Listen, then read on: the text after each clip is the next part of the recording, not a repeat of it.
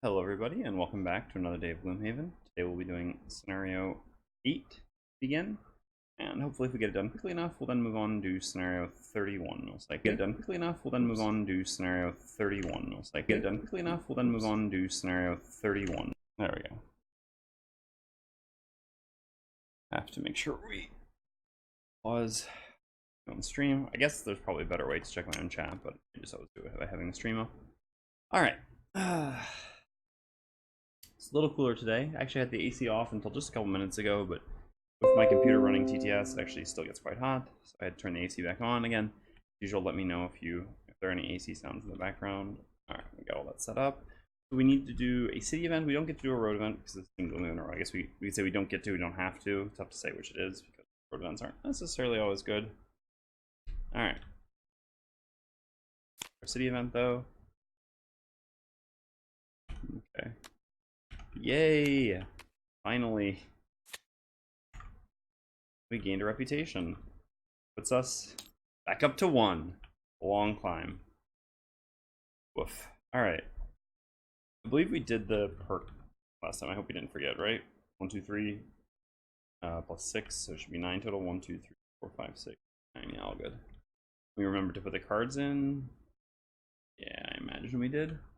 Rolling Stone, I'm pretty sure we put that in. We did. Perfect. Alright, and the card we got on level up was Corrupting Embrace. This is a boss scenario. Let's have a look at all that in just a second here to figure out how that's going to evaluate our choices. Also, in this scenario, Rock Slide is for the first time in a long, well, first time basically in its life, going to be not very good because it's very restrictive where we can actually use the Rock Slide once we get to the second room, but we're still going to bring it, obviously. It'd be kind of insane not to. And it'll be good in the first room. Alright. I guess we can always break obstacles and then place more, stuff like that. So Corrupting Embrace needs to come. Let's take a look at the boss. So the boss is immune to Poison, Disarm, Muddle, and Stun. Which means we can immobilize, which is kind of interesting because these bosses, I mean, we can see their sheet, they're mostly melee. I mean, this has reasonable range, and they obviously have one ranged action they can flip to, but still, at least 50% of the time they're completely melee. Let's make sure that there are no special rules. No. We didn't miss because we have a tendency to forget those.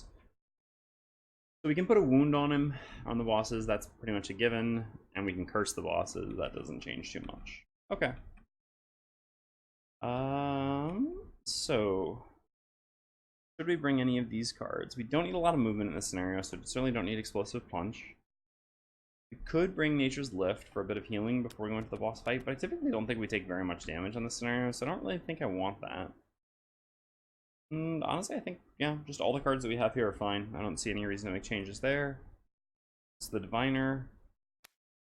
So bringing attacks isn't a bad thing when we're doing a boss fight. Oh yeah, I said I was going to... So, I'm actually going to cheat a little bit here, because I actually...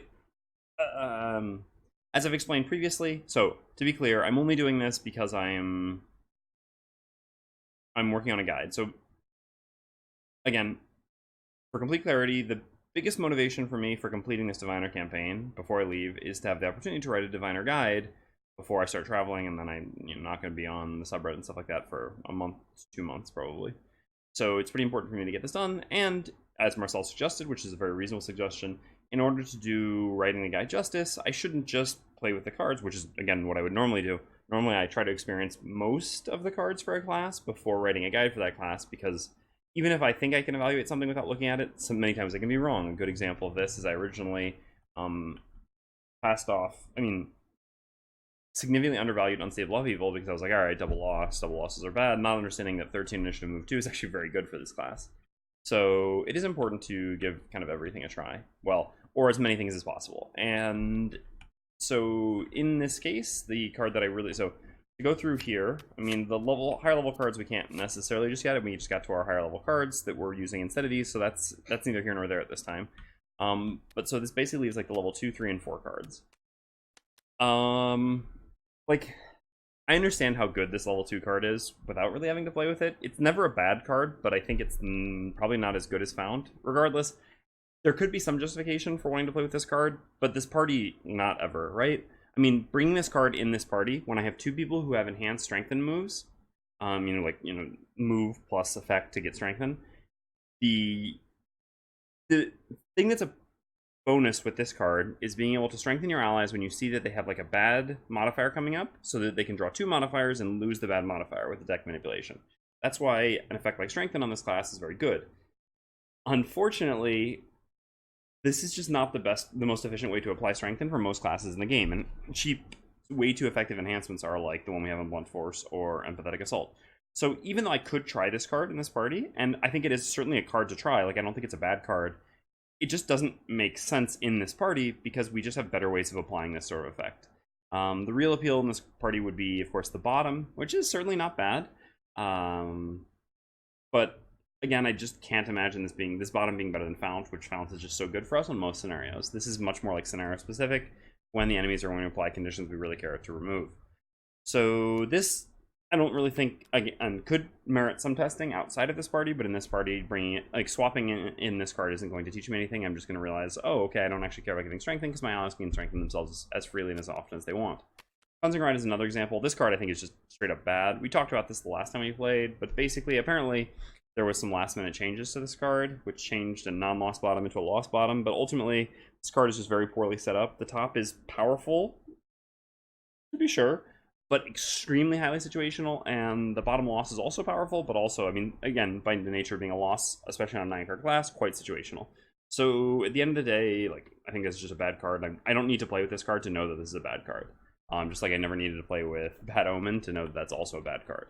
However, Envision I do believe is a good card, and I did want to get a fair amount of experience playing with this. So I think this is a good opportunity to swap this in for one of the cards that we had taken instead of it.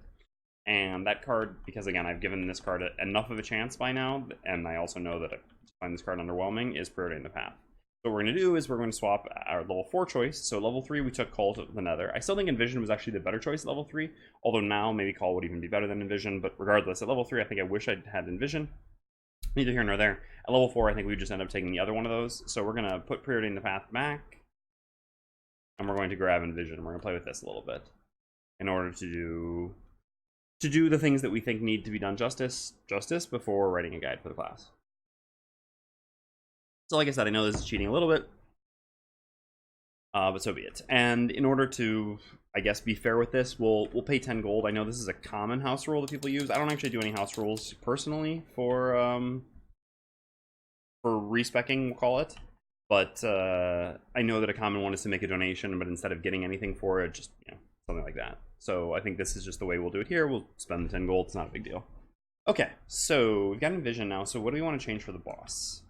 So we want deck stacking and attacks. Those are like the 2 most important things. This AoE is still probably fine. Official rules might become to spend XP to respec cards. Okay.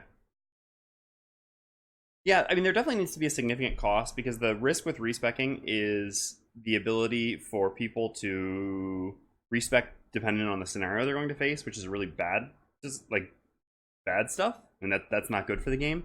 But giving someone the possibility to redo something in their build, like a good example, well, I can't really give it, but like, well, for example, on Angry Face, when you get to level 8 and you suddenly look at this thing and you're like, oh man, I wish I'd taken this other card from level 5, you know, so that I could do this. Something like that is, I think, quite reasonable, but yeah, we need to be careful with it overall. Anyway, I'm just going to use the commonly used house rule here while doing this.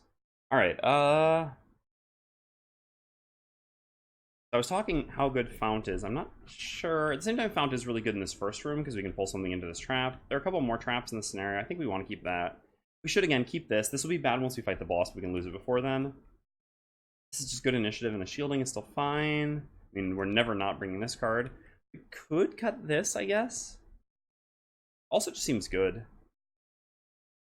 I don't want all of our cards, but I really feel like we need to bring this to have, like, 1 more attack for the boss fight.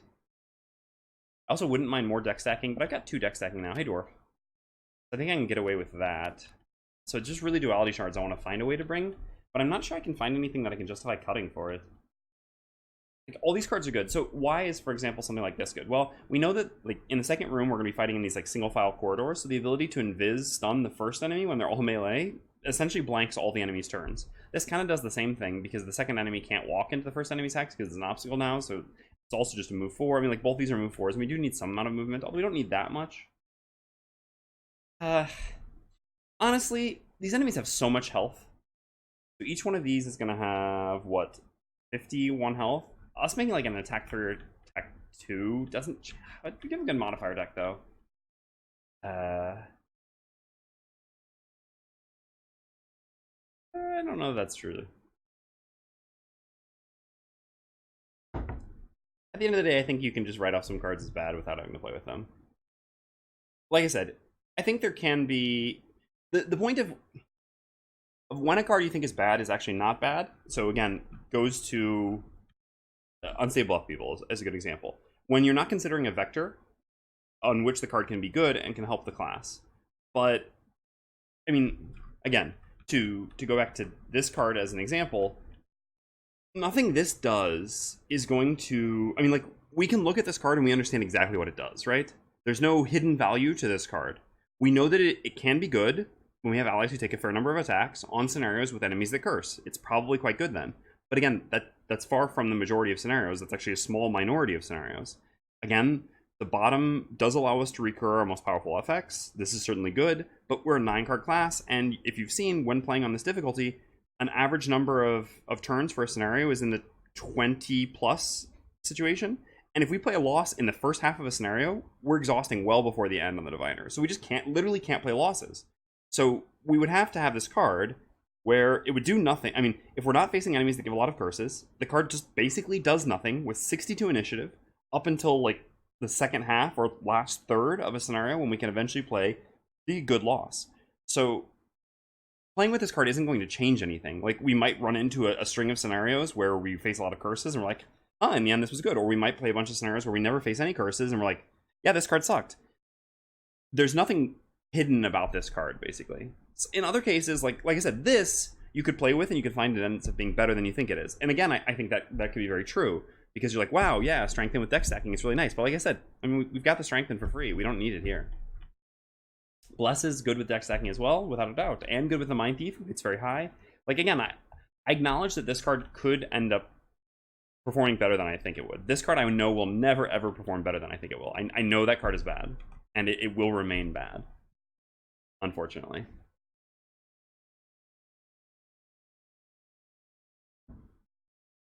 So what can we put in Duality Shards for? Like, I really do think we need the attack. Our deck is so good. It's so important to be able to attack on the boss. We just don't have that many. It'd be insane not to bring it. This is like the least necessary card, but it does provide worthwhile initiative. Otherwise, we just have bad initiatives. How much does that actually matter, I guess, is the question. Fair amount, probably. To not have a single good initiative. I guess we do have Boots of Speed.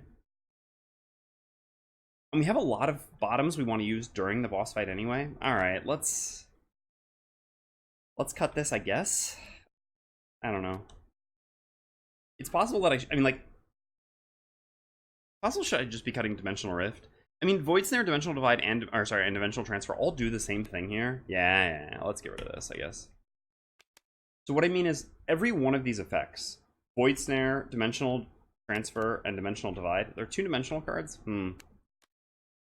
Anyway, all of them do the exact same thing. When we get into the second room, they prevent all the enemies from attacking. I don't think we need 3 of those effects. And I think I'd rather just have this for initiative. Even though, again, the shield is kind of mediocre once we're at level 7 enemies.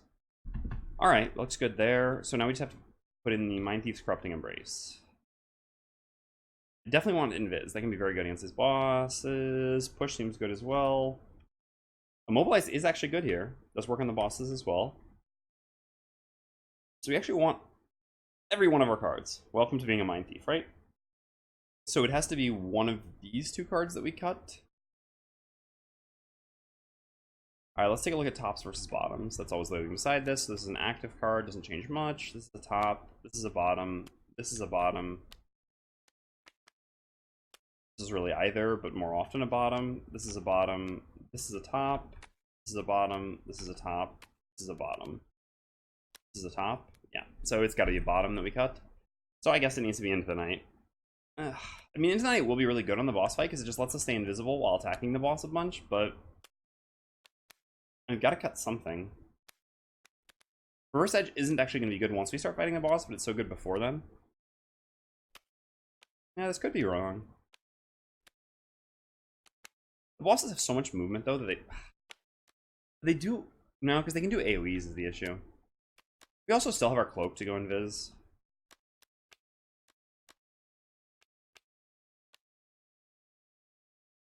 Sorry, I'm going to quickly blow my nose.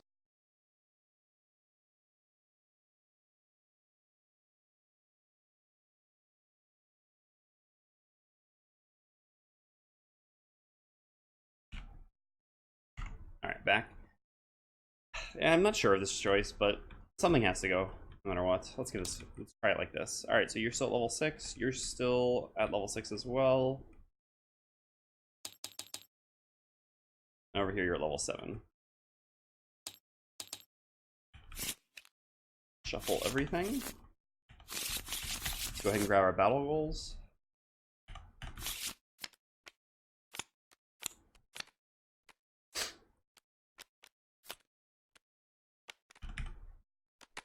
Alright. Loot 5 or more money tokens or 2 or less HP at the end.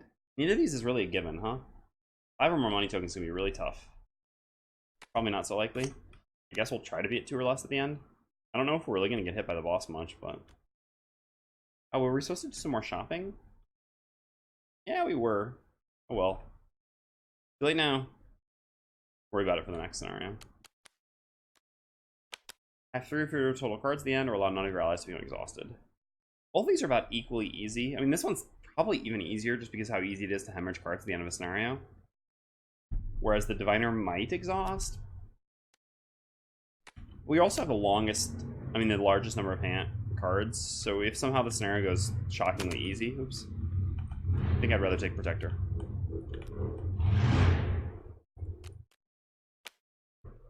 Alright, loot a treasure overlay tile or kill 3 or fewer monsters. Well, we can never kill 3 or fewer monsters, I think, on the Mindthief, who's our primary damage dealer, so we'll try to loot a treasure tile. We do know that there is a treasure tile in this scenario. Alright.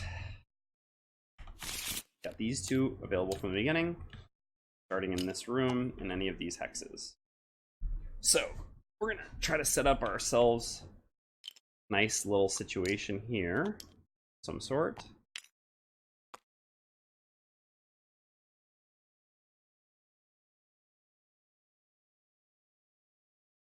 Just 4 bones in here? Alright.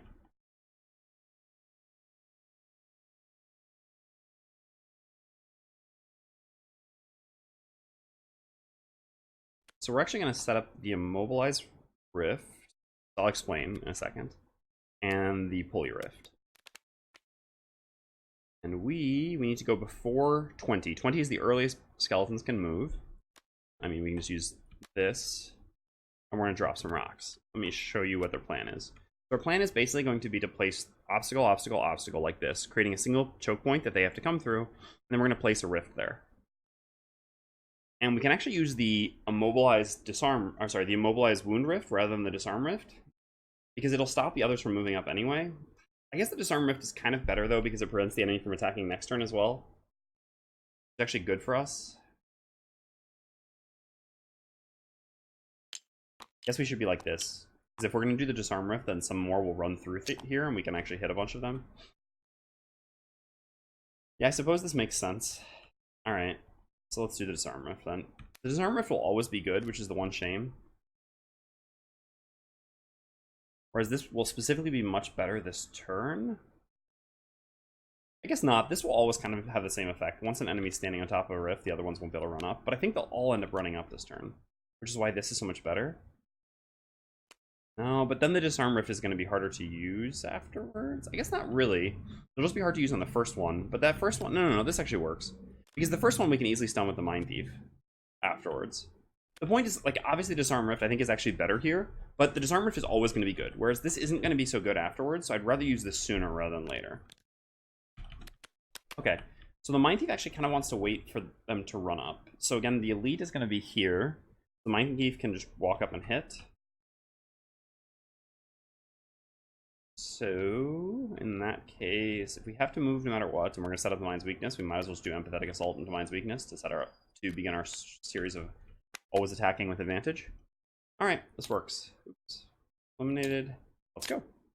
Alright, surely enough. So, this is a little bit unfortunate because it does mean that we have to use our... oops, these are not supposed to be... My bad. We do have to use our Boots of Speed here, because they have more than enough movement, I think. Yeah, definitely. Alright.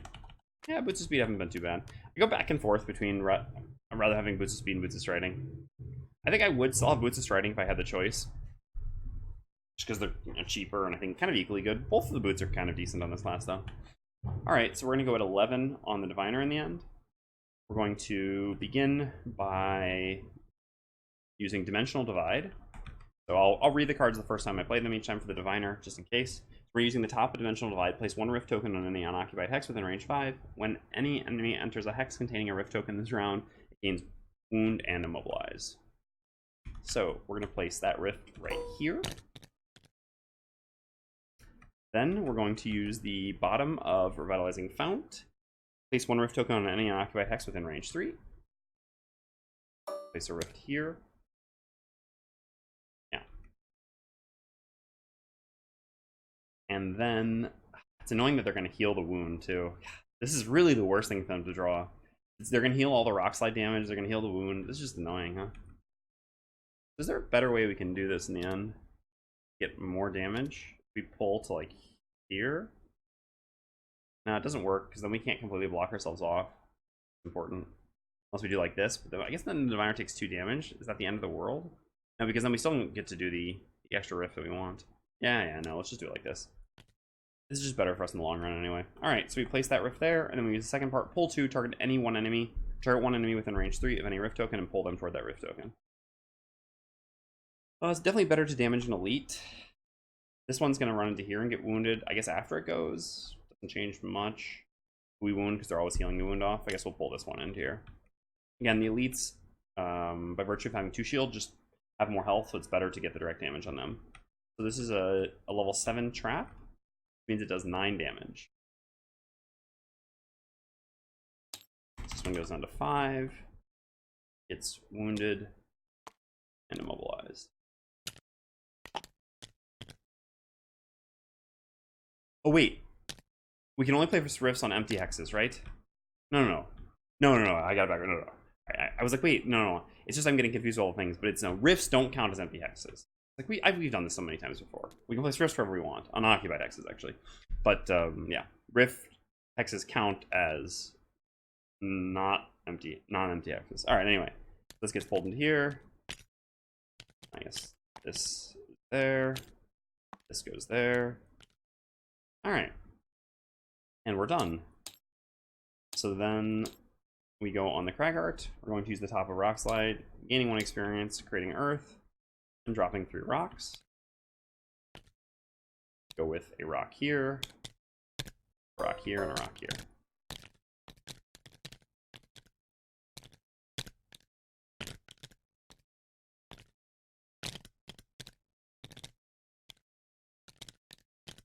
Alright. So it's 2 damage here. I don't even... Oh no, I do need to bother. Yeah, because the heal... he's going to heal off the wound? Ugh, that's really just obnoxious. This one takes... really the worst thing. Alright. And then we're going to use the bottom of Unstable Upheaval. Not really anything to gain by moving. Oh yeah, if we move away... Yeah, we don't get hit. Sure. Alright. So we'll use the bottom of Unstable Upheaval as a default move too. We'll use an Endurance Potion charge to recover it.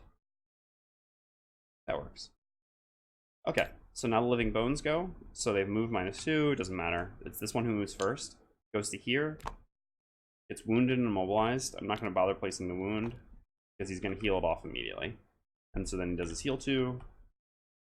And puts himself back up to 14, and he's no longer wounded. This one goes, takes 1 damage from its wound, down to 2. Heals up to 4. Also loses the wound, and loses the immobilize. And these 2 don't move at all, actually, because this hex is considered as an obstacle, because it has an immobilized ally on top of the rift, or an ally on top of a rift with the effect, so it cannot move through it. So the rest do nothing. Alright, then the Mindthief goes. We're going to use the bottom of Empathetic Assault, move to heal 2 self. Going to move to here, strengthening ourselves. Going to gain 1 experience and activate the Mind's Weakness, performing an attack 3 with advantage, targeting the elite. Advantage is nice. So this ends up being an attack 5. It has 2 shields, so it takes 3 damage. Down to 11. Okay.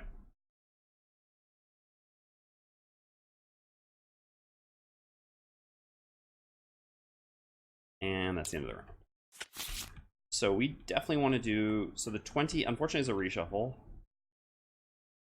How important is it to go? I mean, it's only 1 out of 8 that they get that again. I really shouldn't have to count on that, I think. No, because they have other 20s that they can do. It is really important to get the disarm this turn. We can get our curses off later, I think. This is actually just more valuable to make sure we get this immediately. The reason why is by doing the Disarmament Rift now, then these will... I mean, it's not going to stop this one. This one, the Mindthief's going to stun, though. These will run through here and disarm themselves. I guess not all of them will run through, but that's still fine, right? Normally with 4 movement, I mean, so this one will go to here and be disarmed. 1, 2, yeah, 3, 4 to here and be disarmed. This one will do nothing. We're basically going to blank a bunch of their attacks for a bunch of turns by doing this. It's just so important to get it. On top of that, using this here isn't really an issue because, again, we want Endurance Potion our first rest cycle. So, I mean, this is fine. And we just can't run the risk of them going at 20. And, like, so what we want to do most is use, like, one of these bottom curse actions. But if we do that, we're going at 30 initiative. And then, especially without our Boots of Speed, that's just too risky. It's too, like, because not only do they have the 20 at that point, I think they have another, like, 20-something where they also move.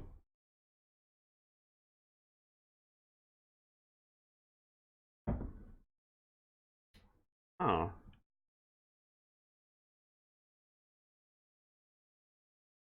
So, Mindthief actually doesn't need to stun that one because we can actually knock it back with the Cragheart by using Heaving Swing.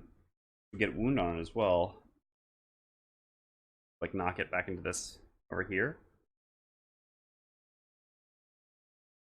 It's immobilized.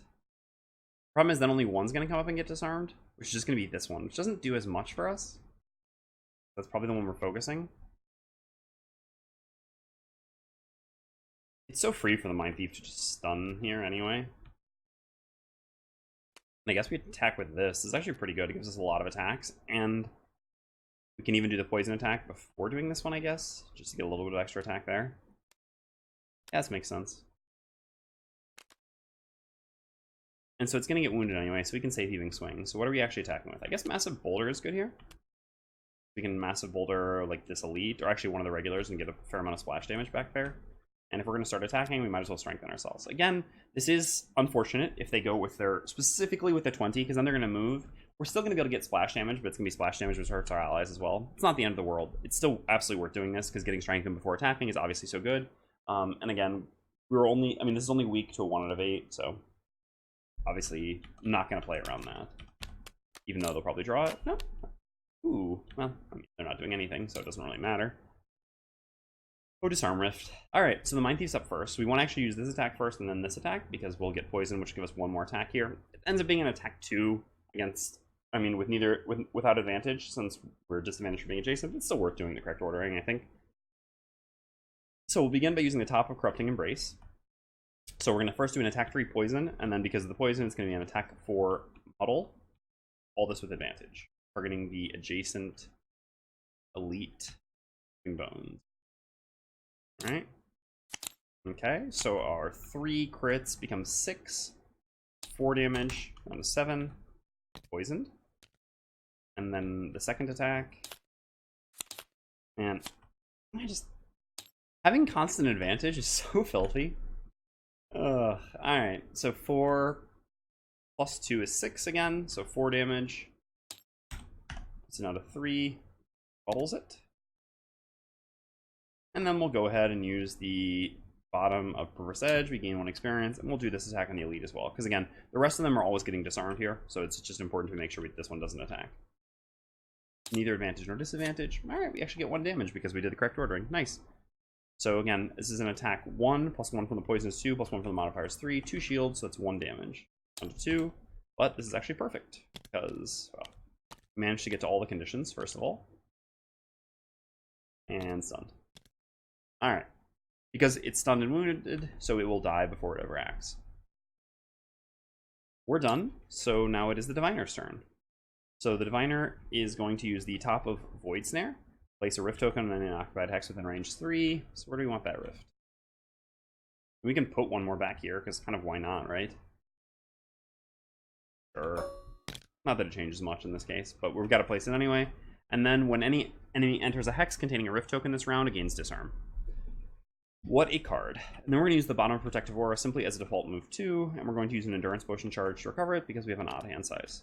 Where are we going to move to? I don't think we want to move up. Better to leave that spot for the Cragheart.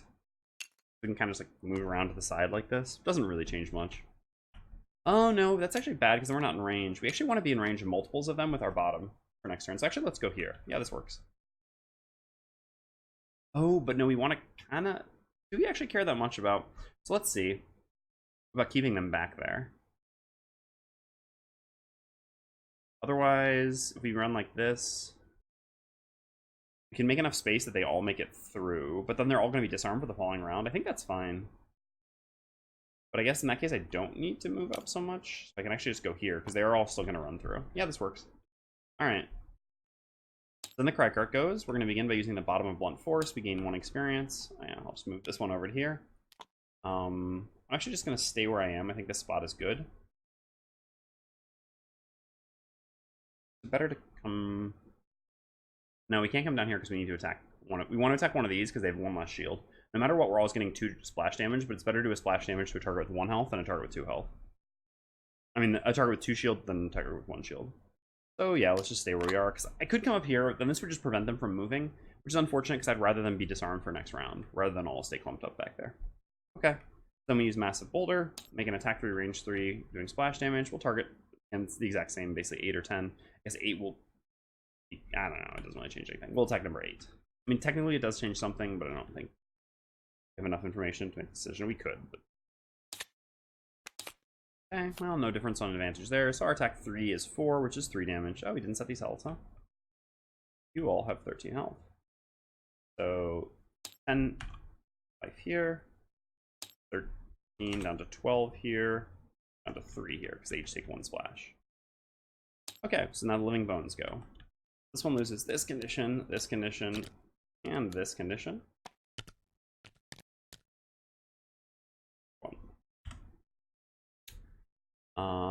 And then number 9 is going to move to here, moves through a rift, gains disarm for 8. 1, 2, 3. Actually, I should figure out its focus, right? 1, 2, 3, 4. 1, 2, 3, 4. Mindthief is 1, 2, 3 away. Cragheart is 1, 2, 3 away. Mindthief is lower initiative, so its focus is here. 1, 2, 3, 4 to here. And disarmed. And this one can go 1, 2 to here. It can't make it 3, 4 to here, unfortunately. Which is actually unfortunate because I'd rather them clumped up for what the Diviner is going to do, but it's still okay. Also gets disarmed. Alright, and that's the end of the round. We have no enemy attackers this round, which is nice.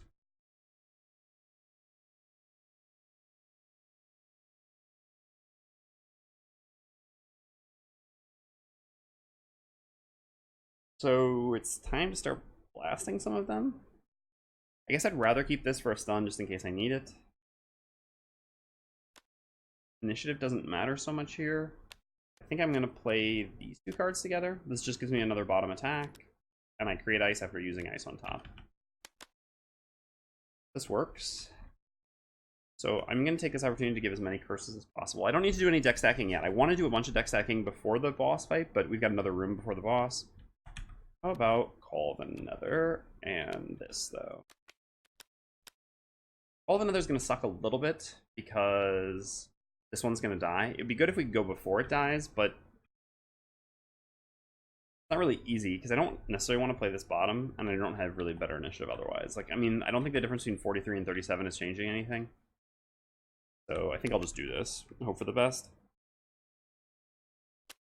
And old Craggy. What are you doing? I don't really have a bottom which does anything. Oh, that's not true. We have Rumbling Advance. Rumbling Advance does do stuff. Nice. Let's do Rumbling Advance and probably Heaving Swing. The sooner we get a wound on something, the better. This works. Alright, 81. Not moving anyway, so that works out. Alright, so the Mindthief is up first. We're going to use the top of Fearsome Blade, gaining 1 experience. We're going to consume the ice using our Frigid Blade. Turns this into an attack 6. And we want to leave this one alive, I think. Yeah, because we want to get our multi-target curse attack. We'll just attack number 8 here. I mean, I guess this one's always getting hit by the Cragheart anyway. It's the only one that can get pushed into an obstacle.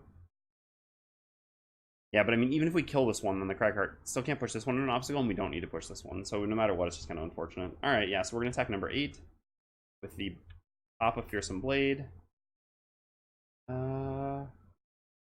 Actually, we can. If we push this one, then the Cragheart can push it into an obstacle.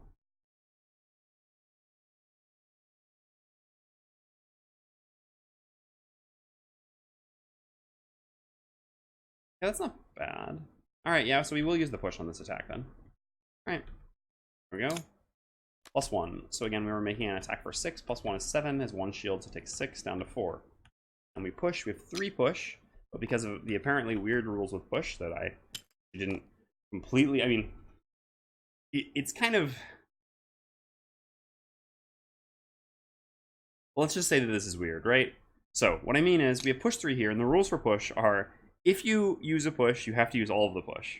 But as it turns out, we can choose the direction of the push at every point as long as it's taking it somewhere further. So apparently what we can actually do is we can do 1, 2, and then stop it here. Now that doesn't make any sense, right? Well, the reason for this is we can technically choose that our direction for push is here, but because there's a wall here, we actually can't push it any further, so it stops. Which is kind of weird, but that is something we can do, and it does actually make sense here, because by stopping it here rather than moving it here, the Cragheart can actually go to here. Oh, what? Was this from the Brutal Momentum FAQ thing? Yeah, this got brought up because of the Brutal Momentum FAQ thing. Basically, this is the justification for why... Well, part of the justification for why the Brutal Momentum FAQ thing was a clarification and not an erratum, was because this was technically always possible, and then it still gets further than that, but anyway. So yeah, this is like I said, this seems to be contradictory with the idea of if you use push, you have to use all of it if you can.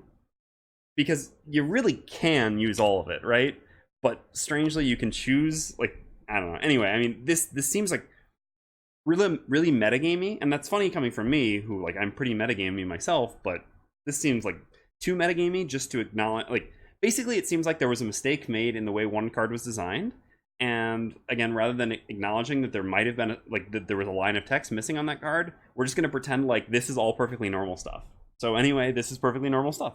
So we can actually stop it here, and again, we want to stop it here. This way, when we move here with Rumbling Advance, we actually can get 1 damage in both of them, because we need to move to the side like this so that we can push it into an obstacle. If we go here, though, we have to go here and do this, which means we don't get the 1 free damage here with Rumbling Advance, so it's better to actually stop it directly here.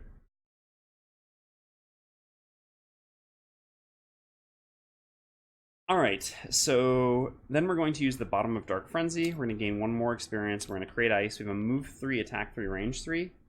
I think we're just going to end up attacking this one here, so we don't have to make a disadvantaged attack. Attacking here is not bad. If we end up getting a +1, it would be very good, because then we'd be doing an attack 4. With the 1 damage here, we would actually get this dead, which would be very nice, right? Although I guess we don't technically want that because the Diviner missed us out on 1 curse that way, but more than anything, with a disadvantaged attack, I'm not confident in my ability to get +1, so I'd rather just get more damage by attacking this one. We'll actually stay where we are, because we don't want to move down here, because then we take 1 damage from Rumbling Advance. So again, we'll just chill here, and we'll do an attack 3, range 3, targeting Living Bones number 10. Okay, so more ice, but that doesn't really matter. So we do 5, which is 4 actual damage. Okay, we're done. So then the Cragheart goes. So the Cragheart's going to use the Bottom of Rumbling Advance, creating Earth once again, moving to here, 1 direct damage to both of you. And then we're going to use Heaving Swing, attacking the regular, number 8 here, and we will be using the push. Not that I think it's going to matter, but just to clarify. Okay, so our 3 becomes a 4. This thing has exactly 3 health, so we actually kill it without pushing.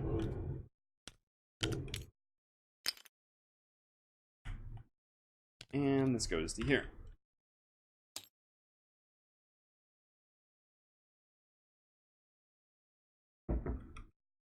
Alright, so then we go on the Diviner.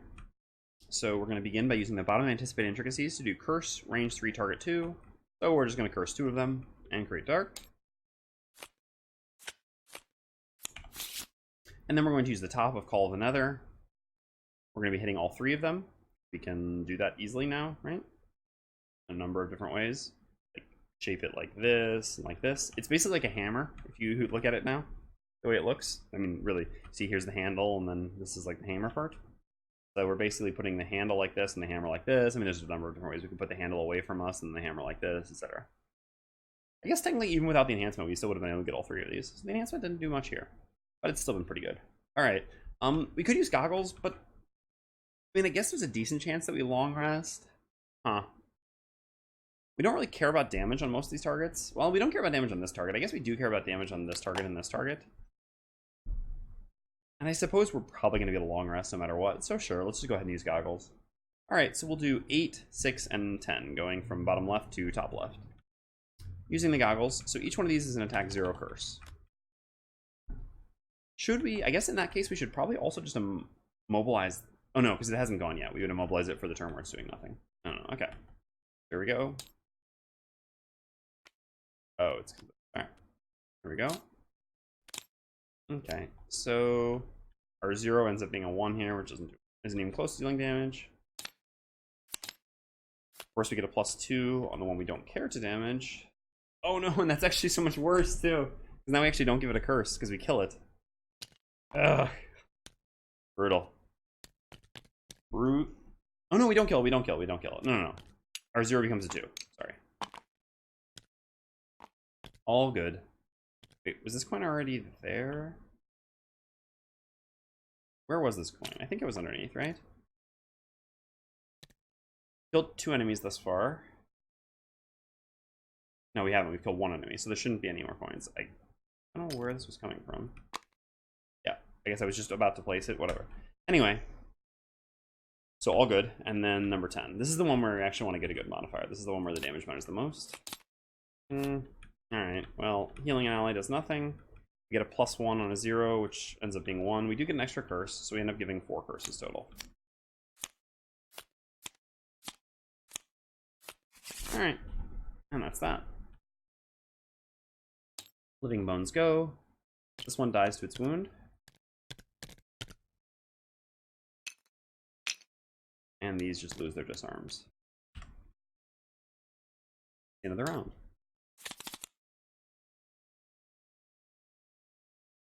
All right. So what's up now? That is the question. So we have Earth, so we can actually immobilize that regular one up there to prevent it from attacking for the round. It's not bad.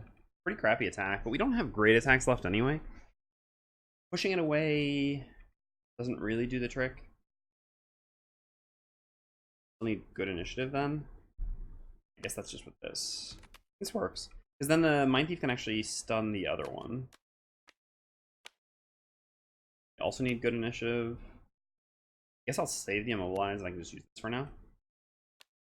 Because we have ice, we can make a stun attack. I mean, we're most likely killing this one anyway, but at least this way. Well, should we not just change our plan then? Just have the Cragheart. What if we miss?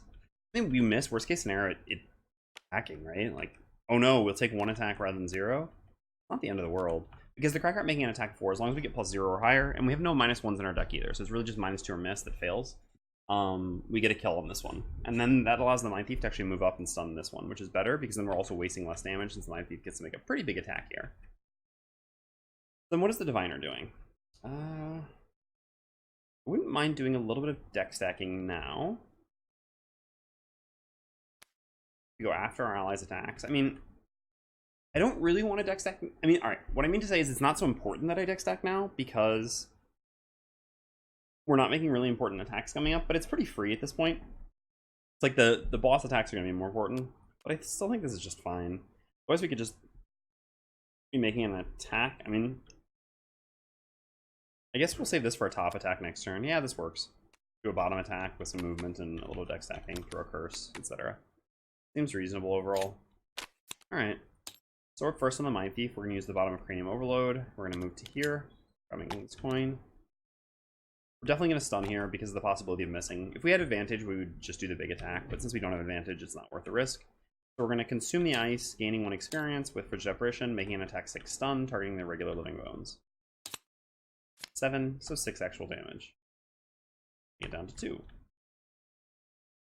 Okay, then the Cragheart is up. So we're going to use the top of Kinetic Assault as an attack 4, targeting the Elite Living Bones. Oh, alright, fair enough. That's annoying. We deck stacked before, huh? And then we're going to use the bottom of Unstable Upheaval, and we're going to move to this coin here. Actually, we need to move more than that, right? Because we'd like to avoid this thing hitting too many targets. Oops, this one's stunned up here. Because then the Diviner can move to here, but the Diviner can't move further than that because she doesn't have Boots of Striding. Because we don't want to let the Elite hit 2 targets. If it just hits the Mindthief, that's just better for us. Let's actually do Unstable Upheaval default move 2 to here. Because this way, this is just going to hit the Mindthief and nothing else. Yeah, I mean, it happens. It's not a big deal. Alright. So now it is the Diviner's turn. We're going to deck stack, I think, ourselves, because I don't know, but we're probably attacking next turn. The thing is, I want to deck stack things which are not going to attack soon. I mean, so we can't deck stack the Cragheart.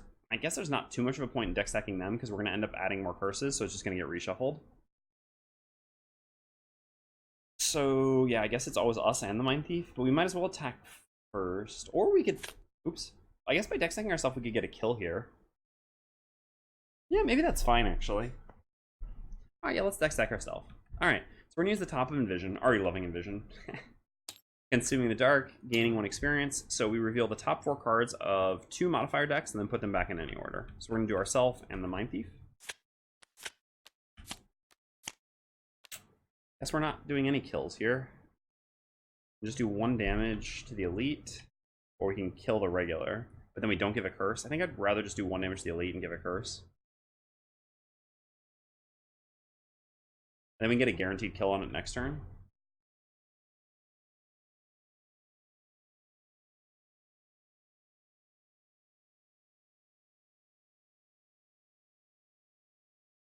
The only thing is it could go at its 12 next turn, which would be 1 before a 13.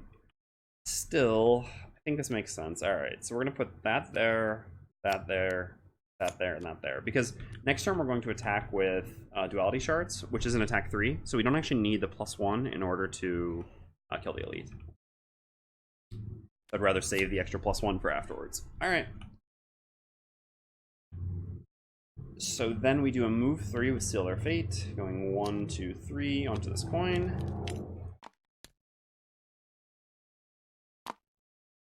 And then we make an attack 2 range 3 curse, targeting the Elite Living Bones. We flip a +1, means you get 1 damage on the bones down to 1, and give them 1 more curse. Alright. So now the bones go. Regular's always just losing its stun, and the Elite is just going to attack the Mindthief. Attacks at +1, actually. Going to attack 5 on the Mindthief. -2. So 3 damage. Perfectly fine. Alright. So we already know exactly what our turn is. Presumably we're killing one of them. Hopefully they don't do their 12. Us. I guess we're just going to save big movements. Here we can just do a ranged attack and a bottom heal. Mindthief could use healing, although I'm not sure it actually matters, but still. And Mindthief's just going to go as early as possible, and we'll see what the monsters are going to do and what our allies end up wanting to do. Alright, not the 20, or not the 12, but the 20. 20 can still be frustrating if we miss. But I don't think we should count on getting a miss here. So alright, so we know for sure that she doing an attack 3 on the Elite kills it.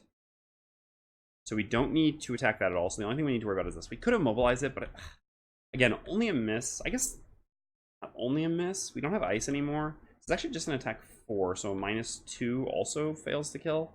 So we do have 2 cards in our deck that can fail to kill.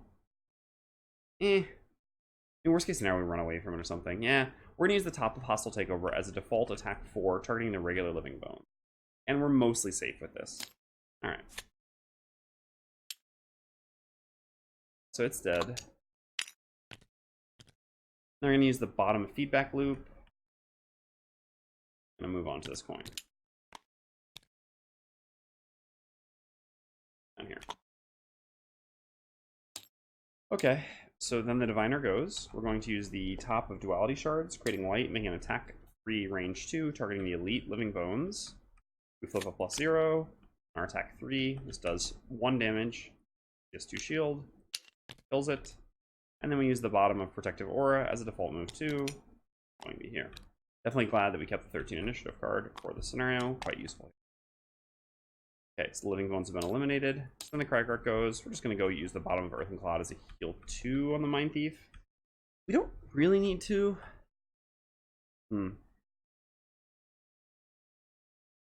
Oh, I did forget to stack the second deck. I forgot to stack the Mindthief deck. You're right. Now it's too late now because I already flipped. Oh well. Good call. I get so excited, or I mean, I get so focused on what I was doing with the Diviner's deck, I forgot the second one. You're right. I'm already missing out on the glorious value. Oh well, like I said, obviously would have been strictly better to have stacked the Mindthief deck, but it's too late at this point. Okay, so is it better to move to do like a default move? And the Mindthief is gonna be able to long rest, which is just good because it allows us to choose which card to lose. Although we kind of don't want to lose any of our cards. Still, the Diviner also will take a long rest, so we have like 2 long rests and a Cragheart moving up. Cragheart is a move 3. From here we go to here as the Cragheart. We do like a default move with our boots, then we go up to here with the Cragheart, which does put us a bit closer. We miss out on 2 healing on the Mindthief. Healing on the Mindthief really doesn't matter though, because we're always using Empathetic Assault to heal for 2 in our next rest cycle anyway, and we're gonna get 2 from the long rest. So I think we can get away with just, yeah.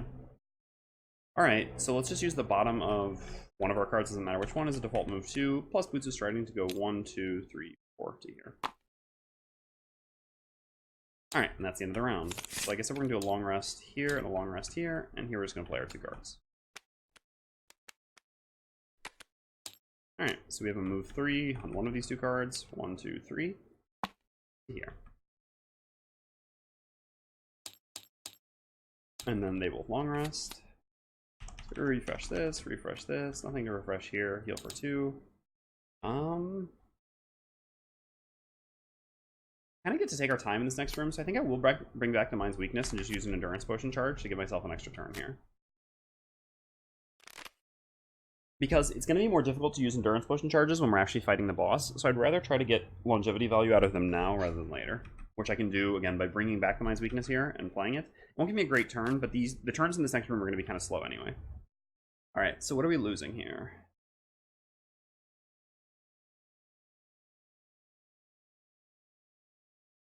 I want to wait one more rest cycle before I lose Fearsome Blade. Hostile Takeover will also be good here, though. Won't be good afterwards. So I kind of like want both of these for one more rest cycle. I don't know if I ever really care that much about this, but the initiative is really good. It's just so nice to always know you can go first, and you never know. I mean, a move 5 is never bad. I'm trying to think.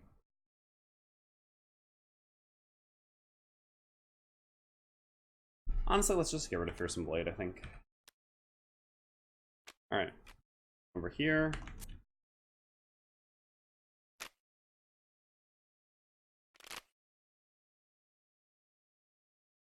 So we want all of our attacks and deck stacking. I guess Call of the Nether is going to start to be quite bad now, but maybe it's still fine in this room. There are only 3 more curses to give. Yeah, I think we're actually just getting rid of Call of the Nether, to be honest. We can give those remaining curses pretty easily between like this and maybe this, although we're probably going to end up using this to deck stack. Maybe not this rest cycle, we'll see. Regardless, I mean, I guess getting guaranteed to 10 curses before we go to the boss is good. It is good.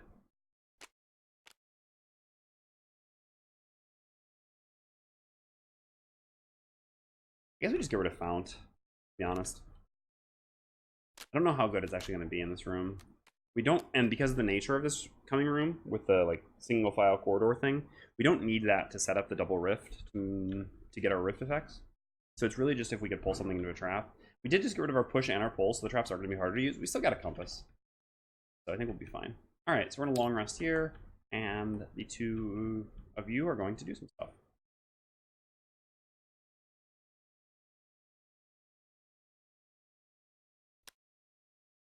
So do we want to use this right away or wait a little bit? Yeah, we can use this right away. So basically the question is whether we should use Dark Frenzy or Empathetic Assault bottom. There are 2 problems with using Dark Frenzy. So we're going to use Hostile Takeover top here because we don't want to run up and attack something necessarily. And immobilizing can potentially make it just so nothing attacks us this turn. So basically, since we're going to do range attacks, it's either this or this as, I mean, the highest value. The downside of using this is we're using 2 things which create ice on the same turn, and ice is obviously very good for us since we have the Frigid Blade, so I think I'd rather wait on this and just do this. Because I'm always going to do this anyway. The downside of this is I'm getting this for kind of like not super valuable attacks, since next turn I'm probably just using the Mind's Weakness rather than doing stuff like, you know, Corrupting Embrace double attacks or Frigid Oppression attack, but it's still good value regardless.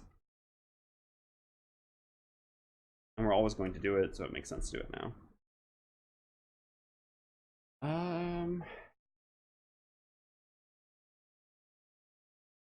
What are we doing?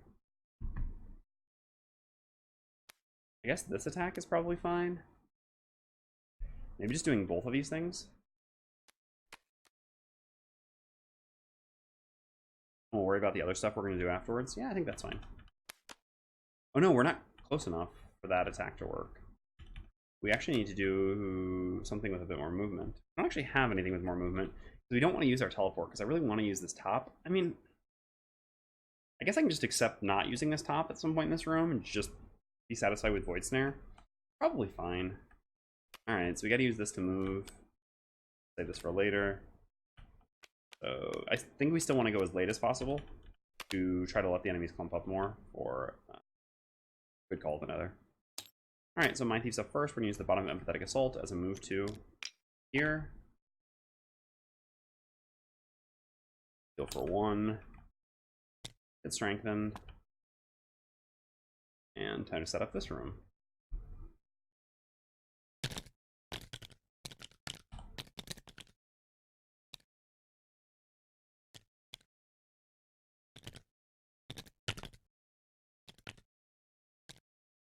There.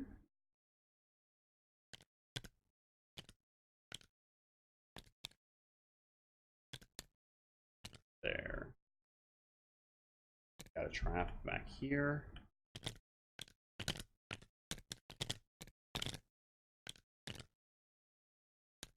And a trap here. It's here. Alright, and what does this room contain? We have 4 living corpses, 2 elite, 2 regular.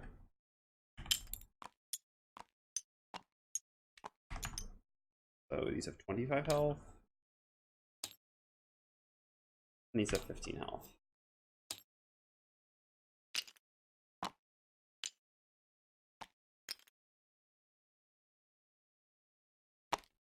Basically just giant damage sponges. Alright, oops. There. Okay, let's see what they're up to.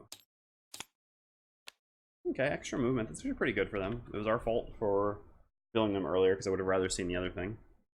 And them all taking damage is kind of good for us, but 1 damage is so insignificant against level 7 corpses. With their 25 health. Okay, so how do we want to immobilize here? So they all have 3 movement, no matter what. 1, 2, 3. Then these wouldn't move at all. I think that moving up is probably good for us. What if we immobilize this one? Then this goes 1, 2, 3, and this one goes 1, 2, 3. Yeah, I like that in general. Alright. So we'll attack the elite, number 4.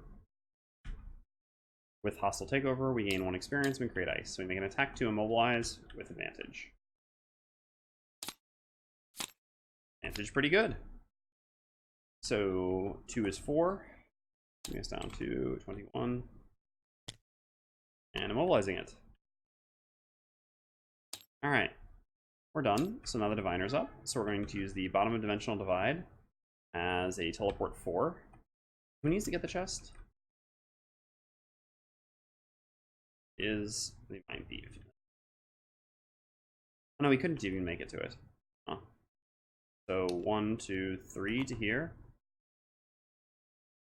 Oh, this is actually annoying. We're not going to be able to hit all the targets. That's okay. So we'll just teleport to there. We can't teleport any further than that. And we'll use the top of Call of the Nether. Creating Dark. We'll just, I guess, hit these 2. Damage on them is probably a little more valuable because we're going to face them first. So 1, 2, and then shape the hammer. We'll do 3 and then 4 in that order. No reason to gain advantage. Oh, we do want to gain advantage here, yeah, because this gets rid of the miss. Although, how much does the miss actually matter here? I mean, I guess we're not going to be doing multi-target attacks again after this anyway. So by using the goggles here, we're probably getting like 2 damage. So we're gaining like 1 damage by using the goggles. That's so low. The goggles are really underwhelming in this class. I mean, there weren't any other head items that really mattered. Now there are. Now I would actually be happy to pick up an Empowering Talisman. It was just a Prosperity 1. So I think I probably will swap these out. I've been pretty underwhelmed. And the Empowering Talisman allowing me to refresh my summon item would actually be pretty nice. Alright, so...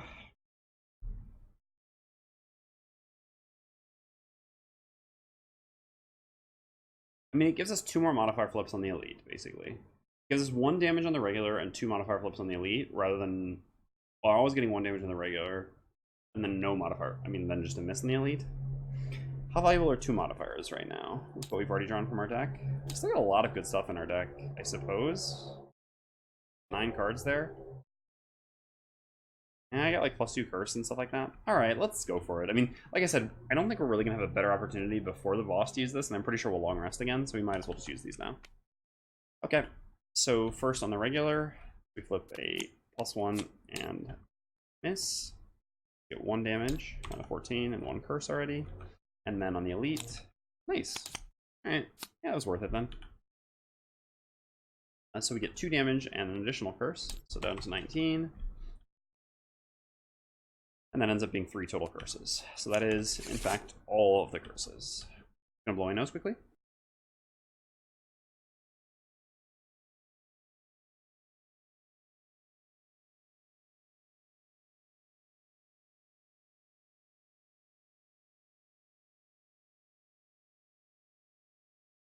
Alright, back.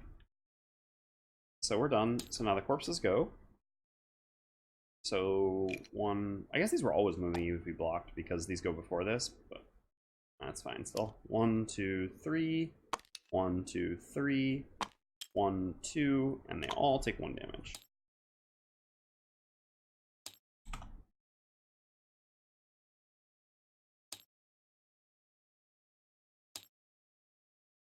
And this one loses Immobilize. Okay. And then the Cragheart gets 1 rest. Use a card to lose. What do we not want? Rock Slide, actually. It's crazy to get rid of that right away, right? But until we break some obstacles, it's going to be tough to use in here. And I'm not even sure we're going to get a great opportunity to break obstacles in here. So honestly, I think I'm just fine getting rid of Rock Slide. Again, as crazy as that is. Alright, so is there any way we can get something into this obstacle? Not easily, huh?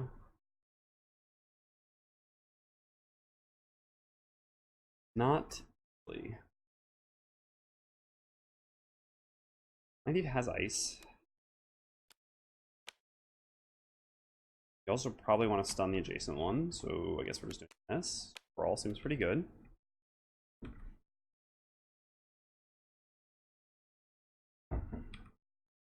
We have dark now. We're not ever creating dark again unless we maybe use this bottom. We could certainly use this bottom at some point though. The question is if we should anticipate top now, because the bottom anticipate is obviously not getting in good because we're not really going to be taking attacks from these things, so we don't have curses to give anymore. We also, I guess, have envision top as well, so yeah, we might as well use anticipate top here.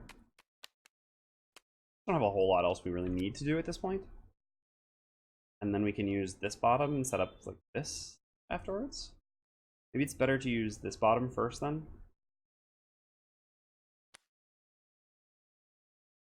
We can even like move up into here. Cragheart also needs to move up into there, though, is the issue. Massive boulder there is really good right now. Alright, so I guess we don't want to move up, which means we're using this for now. That's fine. Not in a hurry to do this. So yeah, Cragheart, like I said, wants to move up and use Massive Boulder, and again, we might as well strengthen ourselves before attacking. Massive Boulder's just so good here. It's going to be 5. I mean, attack 3 here, which is like 4 damage plus 2 here. Basically as good as it's getting. So it makes sense to go for it now. We have no urgency anywhere else because, again, the Mindthief's dealing with the only possible attacker. Okay, so let's begin by, I guess the ordering here doesn't matter, I think.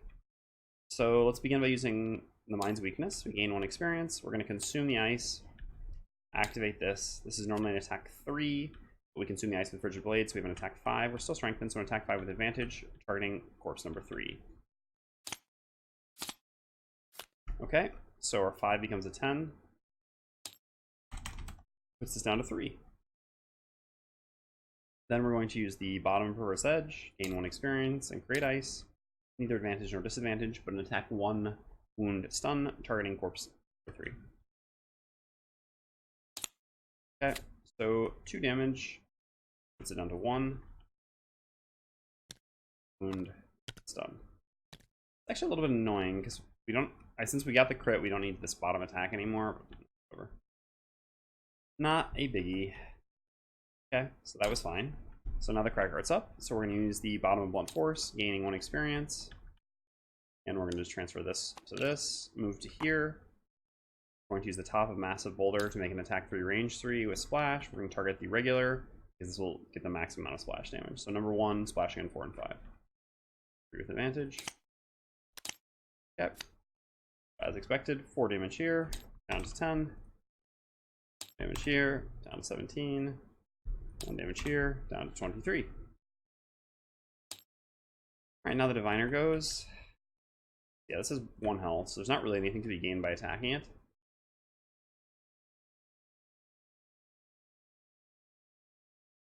Anything to be gained by not attacking it? I mean, I guess, so whose deck do we want to stack? Deck that we're not going to mess with in the near future. I guess we could stack the monster deck. We can't add any more curses to their deck, and they're not likely to make attacks anytime soon, so getting some work in stacking the monster deck is probably good. So sure, let's go ahead and do that. Because the deck we care most about on our side getting stacked is the Mindthief, so the Mindthief has a reshuffle anyway. Stacking the Craghearts and ours are okay, but not exceptional, and I can do Envision. I can do that with Envision anyway. Getting to stack the top of their deck with curses is actually really nice, since we've got so many curses in their deck at this point. So let's go ahead and use Anticipate Intricacies, Consuming Dark, gaining 1 experience. Oh, we do want to attack because it creates an element for us. Alright. Anyway, so we look at the top 4 cards here. We put up to 2 on the bottom. Yeah, I think I will. I mean, I'm definitely putting a +0 on the bottom. I think I'll also put -1 on bottom. It's tough. Like I said, I mean, we know that there are 10 curses in their deck, so any non-curse modifier is still not a great outcome for us, considering how hard the bosses hit. I think our goal is really just to, yeah, try to get as many curses as possible on top. But yeah, I think we'll do this. We'll put these 2 on bottom. And we'll do this on top and this on top. I'm putting the -1 first, because if the zombies happen to get an attack here, I would rather them draw the -1 and save the curses for the boss. Okay, and so then, yeah, we actually do want this element, so we're going to make an attack 2, range 3, pull, creating dark. We're going to attack this corpse up here. Okay, well, that's fine. And we attacked. Living corpses go. So, actually, none of them are going to move because this one doesn't die. That's funny. I mean, that's fine as well, because they can't actually find focus, so none of these move, and this one is actually the very last to die, so the numbering here mattered quite a bit. And us getting the miss was actually good. Kind of. I don't know if them moving up or not was actually good. Okay. So, what now? I mean, we can Void Snare top at some point, but we don't really need to immediately. I think I'd rather use the element now and just like move up with this and make another attack. Just do some more deck stacking. And then the following turn I can, yeah, create the Disarmament Rift early. So the Mindthief can move up to here. Stun this one. That means the Cragheart needs to move 4 to get to here. We don't easily have the, I guess we do with Cataclysm. Right, that works. And 26 is fine. They can go at 21, but if they go at 21, I think that's also just not a big deal. So what are we attacking with? Probably just Kinetic Assault. So this actually beats the 21 as well. Because I don't want to be pushing through obstacles just yet. I will eventually, but not right away, because the obstacles actually work to my benefit. So yeah, this works. And so the Mindthief, we do need to Endurance Potion at some point here. That's fine. Not this turn, though, because this combination is just too good. This is great initiative. Allows us to move up into a spot that we want to get to make a ranged attack on one of them, make an attack that stuns the only one that can attack. Alright, here goes. 32, huh? Okay. Mindthief's first, so we're going to use the bottom of Dark Frenzy, gaining 1 experience, doing a move 3. 1, 2, 3 to here. Make an attack 3, range 3, and I guess it's probably better to start focusing the elite. We have a fair amount of AoE damage with the Cragheart. And there's really only ever going to be one attack at a time, so eliminating one more enemy doesn't really change much. So let's go ahead and hit number 5 with our attack. This is the more threatening enemy, and it'll take longer to kill. No advantage here, just a +0. Unexciting. Down to 20. And we created a new ice, and we're going to use Frigid Apparition, consuming the old ice, make an attack 6, stun, targeting the elite number 4. Okay, fair enough. Down to 12. Stunned. Okay, so then it's the Cragheart's turn. So we're going to use the bottom of Cataclysm, consuming Earth, to get a move 6. 1, 2, 3, 4 to here. We're going to use the top of Kinetic Assault simply as an attack 4 with advantage, targeting the adjacent elite. Still strengthened. Okay, 6 damage. Get down to 6.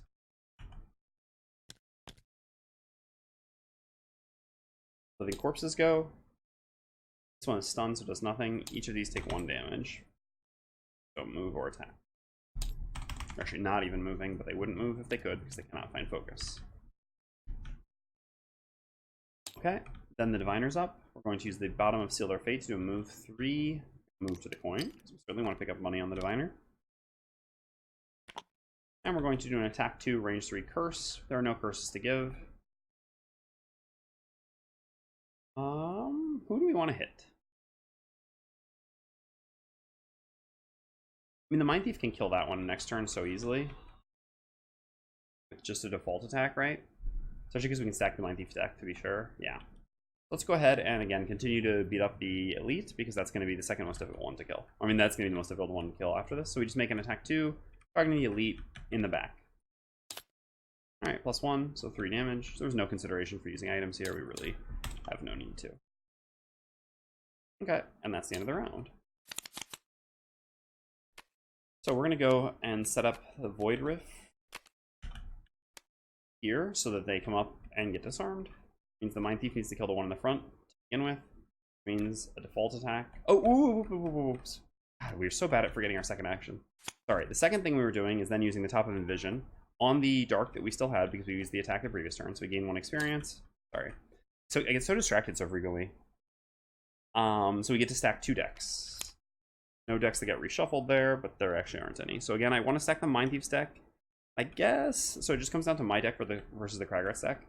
I guess I'm going to be making less attacks in the near future, so stacking my deck is probably more beneficial for the boss. So I'll go ahead and do my deck as well as the Mindthief's deck. Alright. So that's interesting to know. I mean, this ability is just insane. Alright. So how do we want this? So next turn we're going to be making a default attack, which just needs to deal 6 damage to kill this elite in front.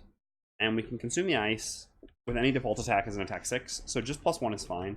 We could consider whether we want to gain ice, though, for the following turn, or whether we'd rather have this afterwards.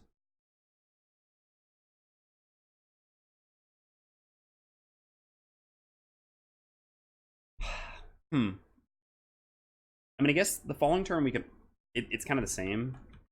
We're not going to create ice this coming turn with our cards, nor the turn after with our cards. So it doesn't really change anything, except if we get the attack 2 later, it's just better because we don't need it to kill this enemy. So let's go like this, and then we'll do like this and this.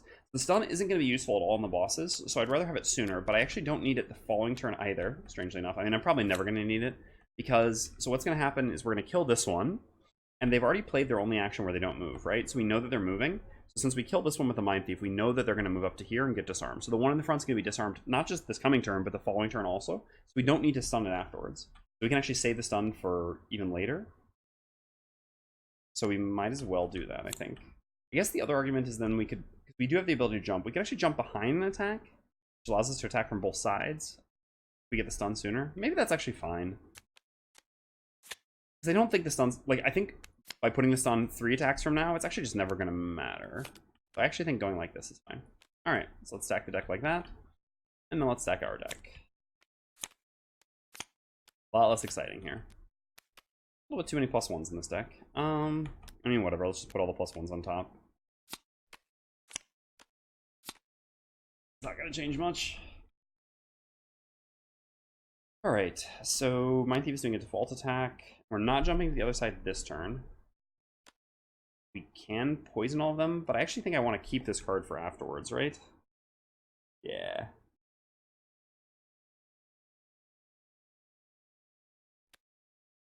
I mean, whatever. I'm almost playing one of these two cards. I can default with either half, so it doesn't change too much, but I think going like this makes sense. Alright. How is the Cragheart attacking here? Probably just a ranged attack. Because this one's going to be dead. Ranged attack at least gets us a guaranteed attack on something. You can save pushing and stuff like that for later. I think I want to save this combo for afterwards and then like this to set up. I guess I'm just playing this now. This doesn't really matter much. What we do? Okay. So Mindthief is up first.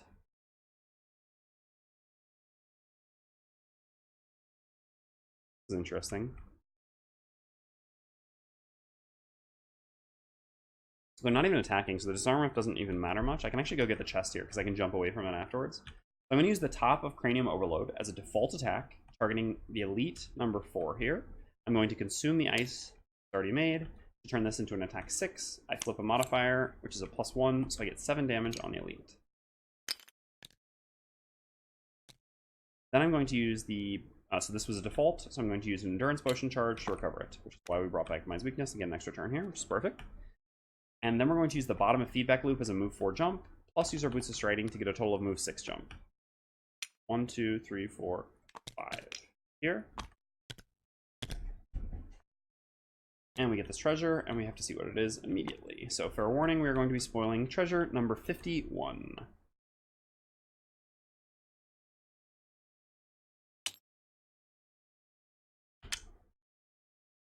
Random side scenario. Yeah, kind of the worst non-trap reward, right?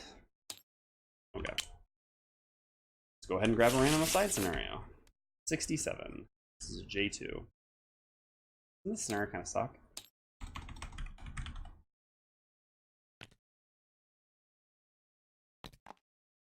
I'm not mistaken.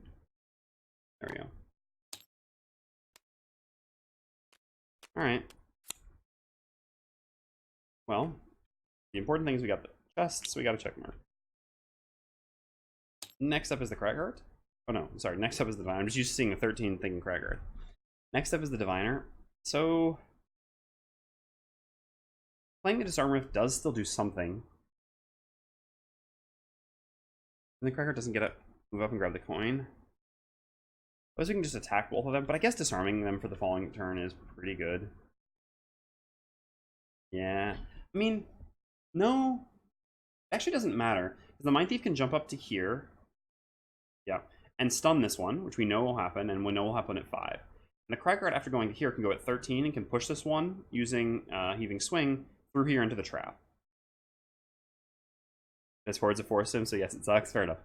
And the trap we know kills. So actually, there's no reason to disarm them. It doesn't gain us anything. I mean, we could try to go late and like mess with that, but I just don't think it's necessary. I think I'd rather just get 2 more attacks here. I guess this is drawing cards that I know I have. Is the downside. I'm also not moving. Not moving's not a big deal because I have a teleport 4, which just takes me all the way across the room though. And I gain experience this way. I do like experience. Actually, I gain 2 experience. So I'm going to use, I guess, the top. Well, we'll use the bottom of Void Snare first. So we gain 1 experience. We do attack 1, range 3, target 2, immobilize. So now we have an actually interesting question. Which, before we answer, we're going to go grab some more water. Be right back.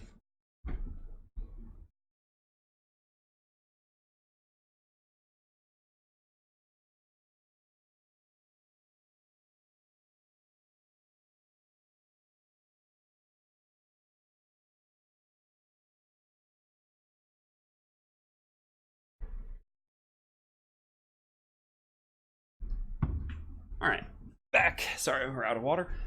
So the interesting question here is whether we actually want to attack the regular or not. Like I said, we know the regular is dying. I think so. The question is, do we want to have an extra +1 on top of our deck or not? +1 isn't exciting for us, but it is also just like fine. I guess drawing through these +1s will allow us to potentially stack our deck again, which is not bad. Yeah, I think I don't mind getting to try to stack some better cards on the top. So what do we have as far as good outcomes at this point? So we've got a regular +2 curse, +3 muddle, +2 dark. So we've got 4 cards which are better. Not a ton. I mean, the +1 heal is also okay. The rolling curses don't matter. Let's see. How many cards are underneath there? 14. We haven't drawn any of the good cards yet? Yeah. The question is just whether we actually want to stack our deck. Stacking a Cragheart's deck is also really good. I'm not sure we actually will stack our deck again then. It's unfortunate. I'm not I really don't know here. Yeah, I think I won't attack. I think I'll keep the +1. I need more damage than that against the boss though, right? I mean, you really could argue either way here.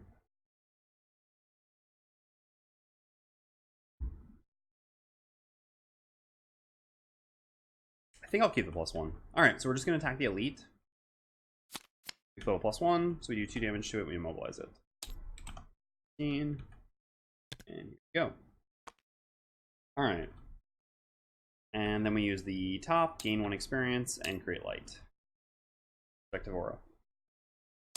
Okay, so then we go on the Cragheart. So we're going to use the top of Crater to do an attack 3, range 3. Again, we're just going to attack the elite because we know we're killing the regular next turn. We can attack 3 on the elite. Okay, so 6. Down to 8. And we use the bottom of Earthen Clod as default move 2.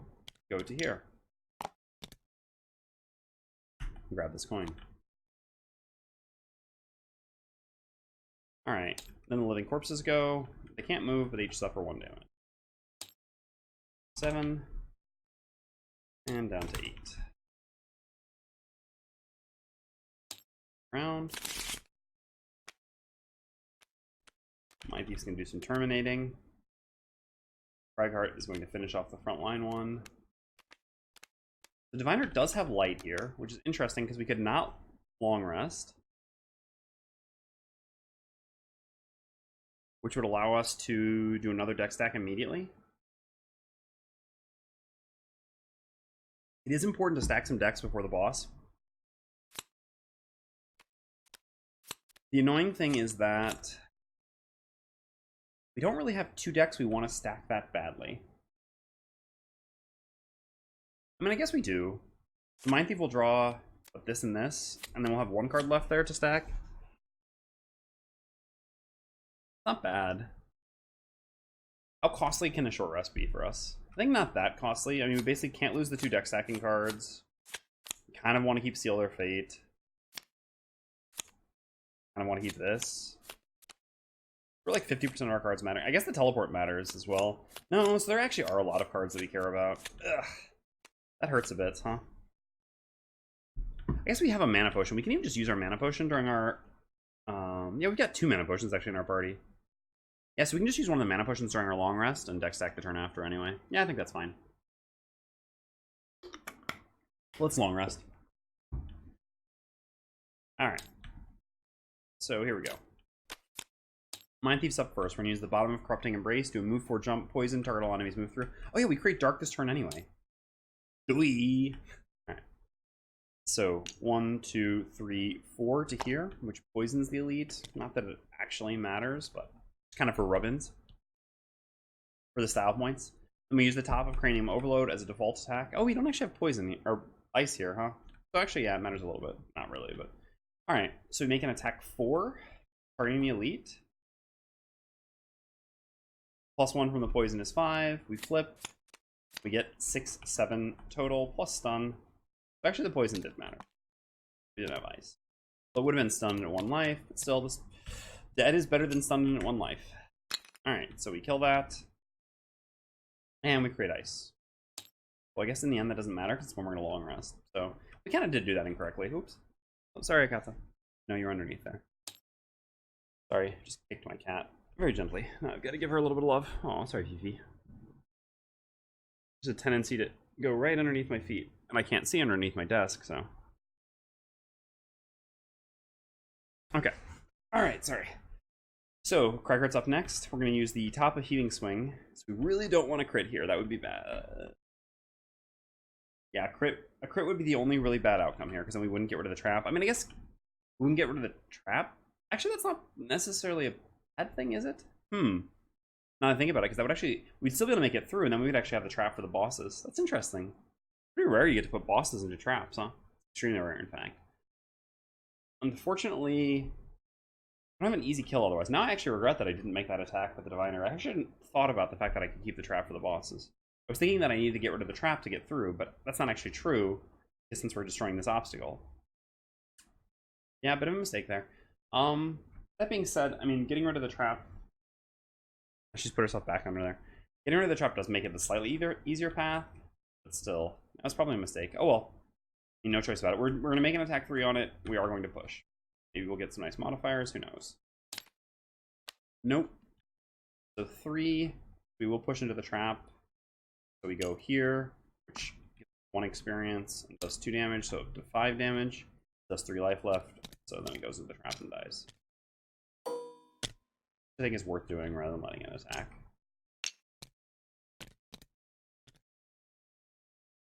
Okay. The living corpse has been eliminated, and the Diviner gets her long rest. Brushes the goggles, not super relevant, and let's just choose a card to lose.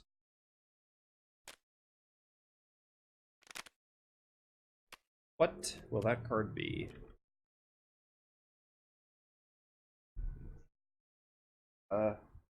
Oh yeah, it's called another for sure, 100%.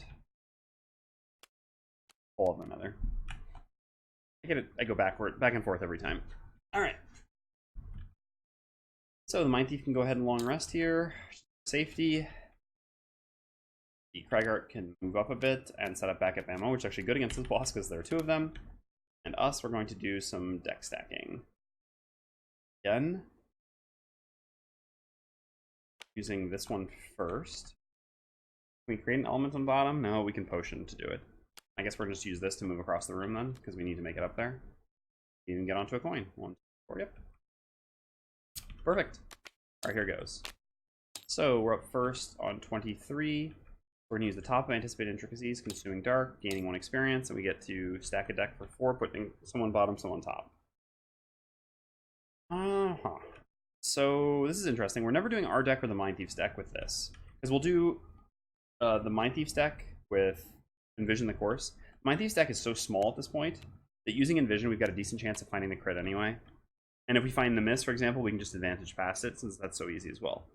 So the question is whether to do the Cragheart's deck or whether to do the monster deck. The nice thing about doing the monster deck is we could stack more curses on top and put more non-curses on bottom. I think that's actually got to be worth it.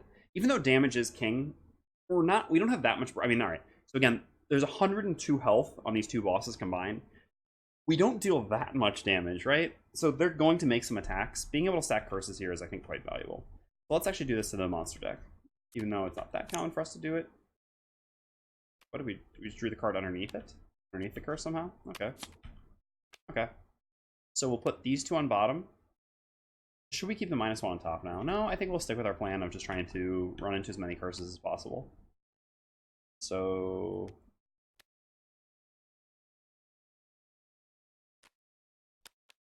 this, like this. Curse and curse on top. So already 2 attacks, 3 flanks, basically. And then we're going to use the bottom of this, which is just going to be a teleport 4. Go 1, 2, 3, 4 to here. Get this coin.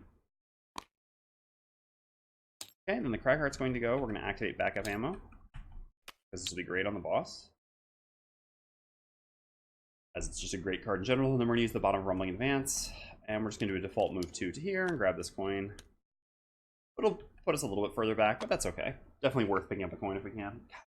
It's driving me insane. She's like in this spot, which makes me really uncomfortable because I can't put my legs where I want to. She knows exactly what she's doing. I love cats, but sometimes... Alright. So we want to bring back the Mind's Weakness now.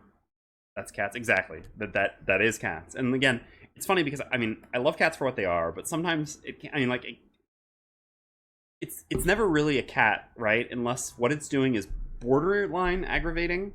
But then you're like, well, you know, I chose to have a cat, so I kind of got myself into this one. So at the end of the day, I can't really complain. Because I do really love cats. I'm definitely a cat. I mean, I'm an animal person. I love cats and dogs.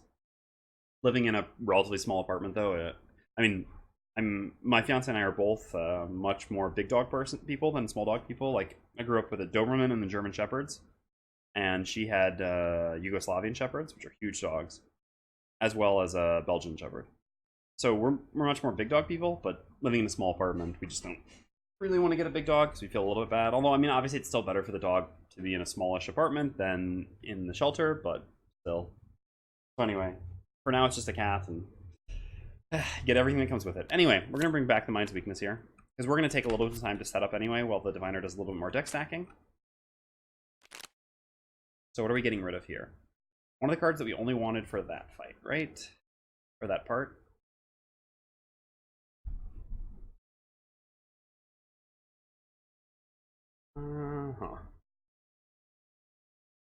I mean, Perverse Edge actually isn't good. It does give us a free wound, though.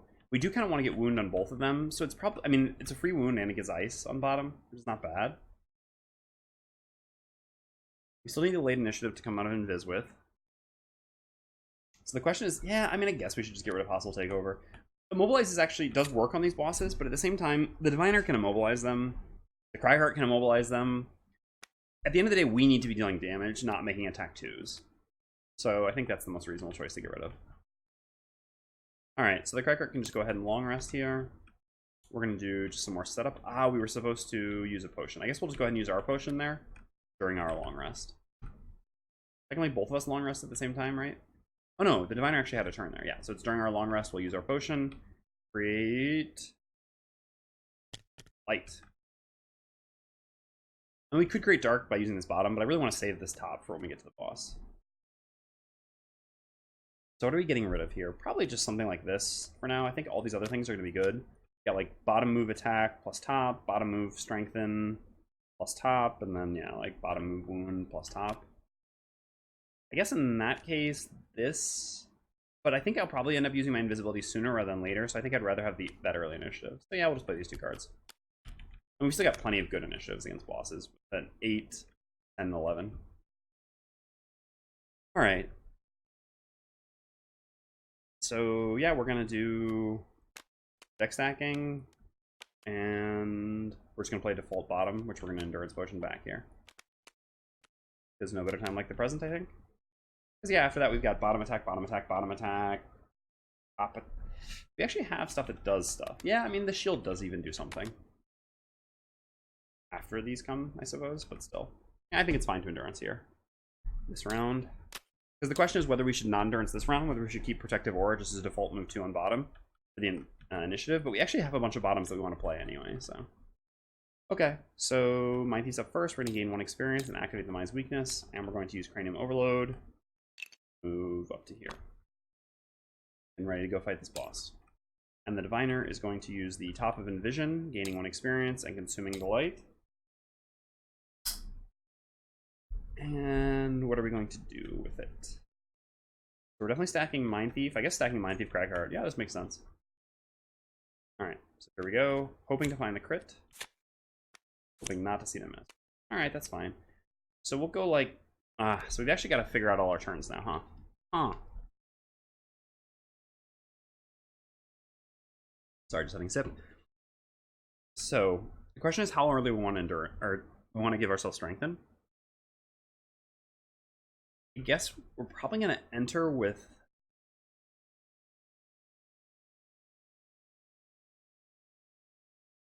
Well, like this. Bottom plus like... So they can't be muddled or poisoned.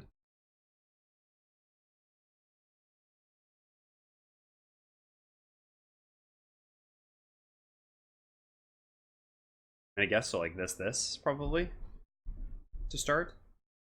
No, but I guess it's better to do all these attacks after getting strengthened. Well, no, that's not necessary because we know what we're drawing. But I guess for the point where we don't know what we're drawing, it's better to have the large number of attacks after getting strengthened. Which is like kind of the 0 plus the unknown. So it would still be good if we could do like not insignificant number of attacks first. Doesn't work very well though. We definitely want to get both the +2s. These are obviously good. We don't actually have to create ice this turn, I guess, if we take the +2 that gives ice.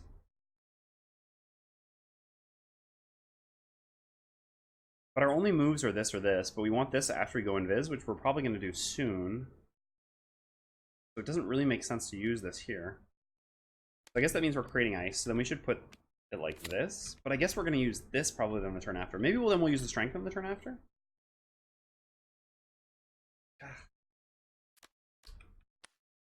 Doesn't work out perfectly here. Unless we use this first and just accept that we're going to have to take some attacks. It's dangerous.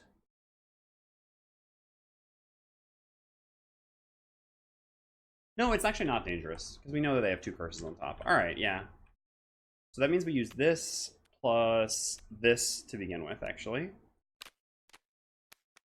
Which draws us both the +2s, and we create ice anyway. And then after that, we can do like this. We're doing 2 attacks, so we are going to run into the 0. Unless we do then strengthen. Plus this, and then this plus this. Yeah, that works. Okay. So, anyway, we're stacking our deck like this. Alright. And then we're stacking the Cragheart deck as well. I don't love to see that -2. So we probably want to get ourselves strengthened as quickly as possible, huh? Let me just get rid of both of these. We'll do something like this just in case. This gives us flexibility either way. Because this way we don't... So we're going to do top, then second, and third, and fourth. I guess the question is whether we'd rather just have the reshuffle. I mean, we're most likely doing a ranged attack. Yeah, so it doesn't change anything. I mean, we're going to do a ranged attack with backup ammo, which is just going to draw all 4 of these cards and give us a +1/+1. The thing is, we could consider doing Heaving Swing instead to get the wound sooner, but I think we can wait 1 turn on the wound. We're just missing out 1 damage that way. And this gets rid of like kind of all this junk on top of our deck and just takes advantage of backup ammo sooner rather than later. All right. There's our deck stack, and then we're going to use the bottom protective aura. I guess we'll just move back a tiny bit. Is that even what we want to do? No, I think we're good where we are. The Cragheart will be able to move up more. It has boots. All right, so we're going to use this regardless as a default bottom to Endurance Potion it. Okay, end of the round. So the Cragheart has to choose a card to lose.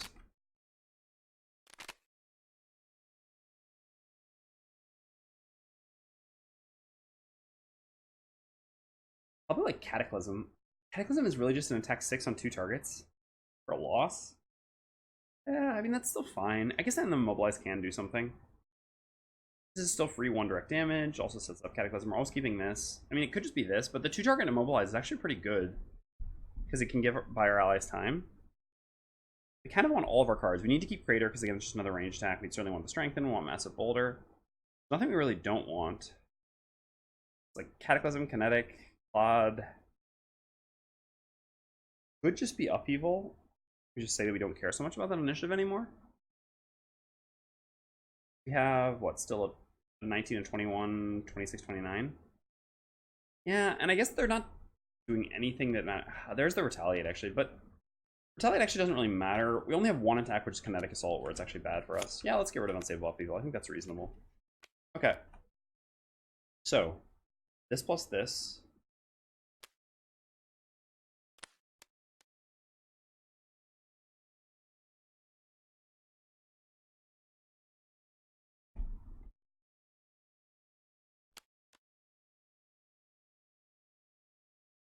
Alright, give me a second. I've got to deal with the cat. The cat's up? Did you know?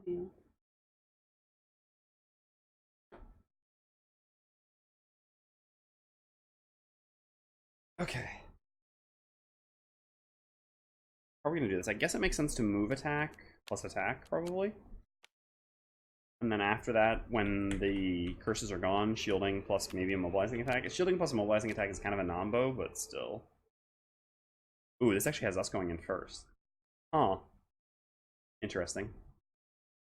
That's kind of unavoidable if we use these cards. Actually, we literally can't go after the Mindthief's turn here. But we do want the Mindthief to do this, so alright. Oh, no, but the Cragheart can still go, right? The Cragheart long rested last turn, I'm not mistaken. I believe it was last turn. I want to make sure I didn't mess this up somehow, but I think we're good. Alright, so this means the Cragheart can actually go in first. We'll have to use boots because we need to use that.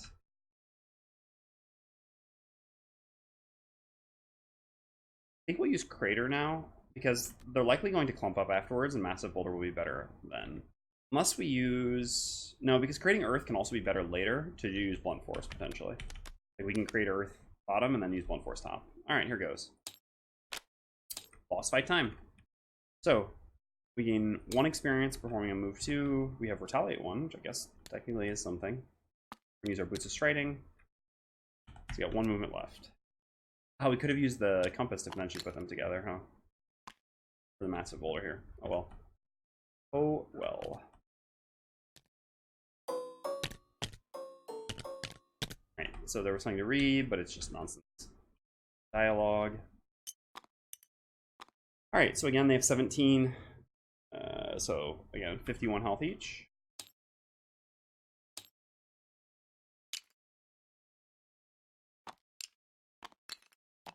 And let's see what they're up to. Special 1. The AoE. So, it's 4 plus C, so normally this would be an attack 7, so here's 6. Multi-targets, huh? I don't love that. Not a lot we can do about it either, huh?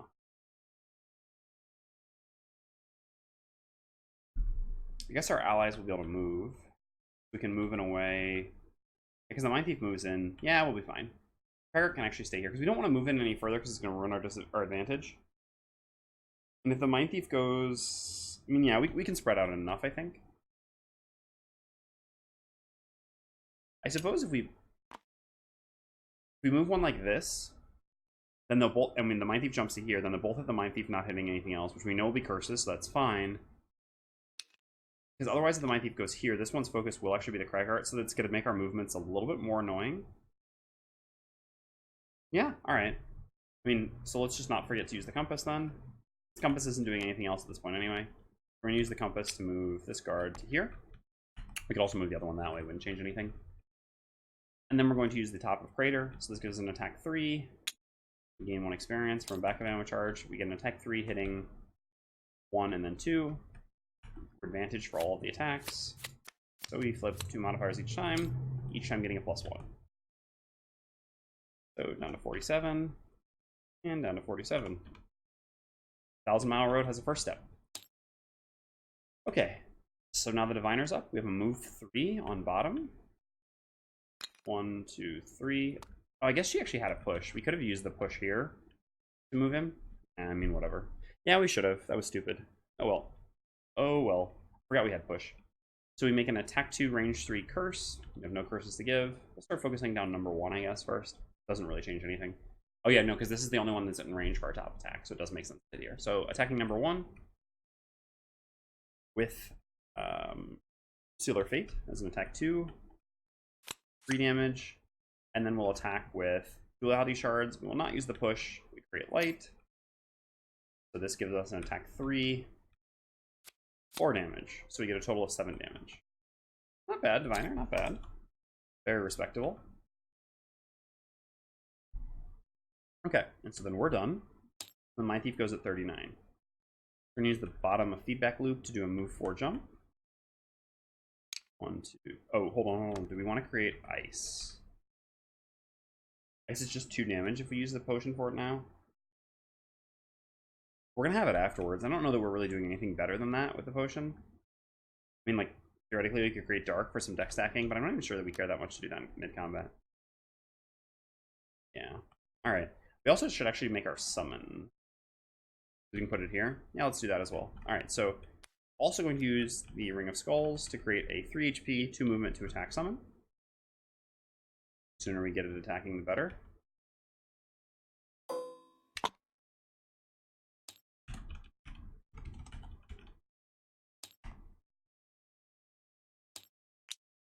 Putting it here so that it'll safely move up an attack without getting attacked itself.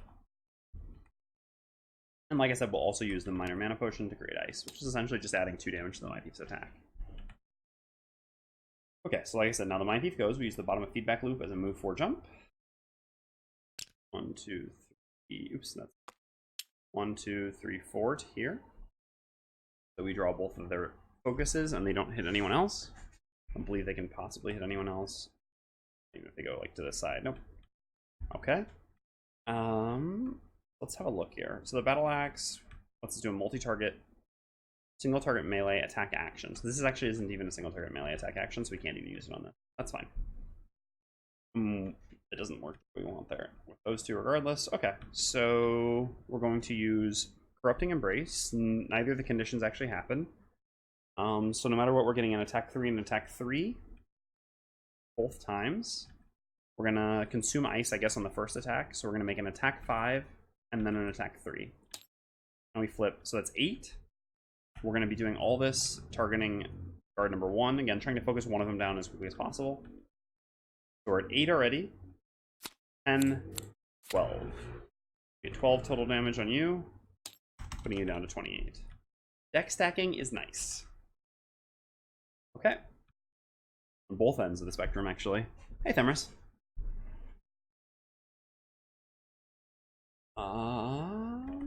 And we created a new ice.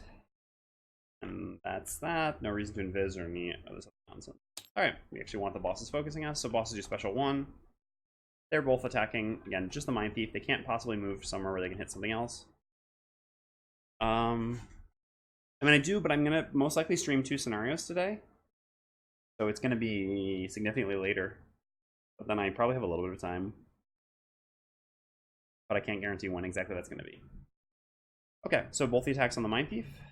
And we already know that they're both going to be curses, so take no damage. Deck stacking is nice. Pretty rare that we actually deck stack the monsters, but when you get to 10 curses and you're doing a boss fight, it can be quite reasonable. Yeah, that won't work today then, sorry.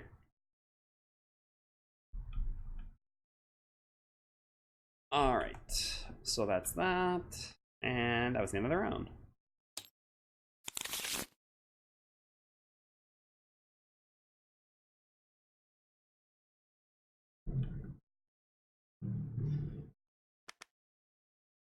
So I feel like I'm going to regret waiting longer to get...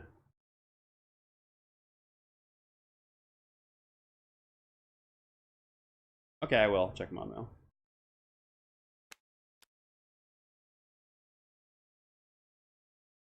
I think I'm going to regret waiting to get the advantage.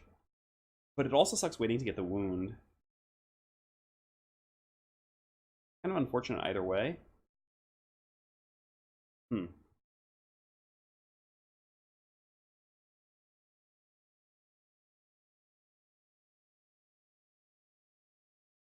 I mean, we know the top of our deck right now, so we don't immediately need advantage, but the thing is, if we end up doing Perverse Edge, I mean, I guess we don't really care so much about the outcome of the Perverse Edge, and what, we have a +1 and a +0? That's not bad. Getting a crit would be so good.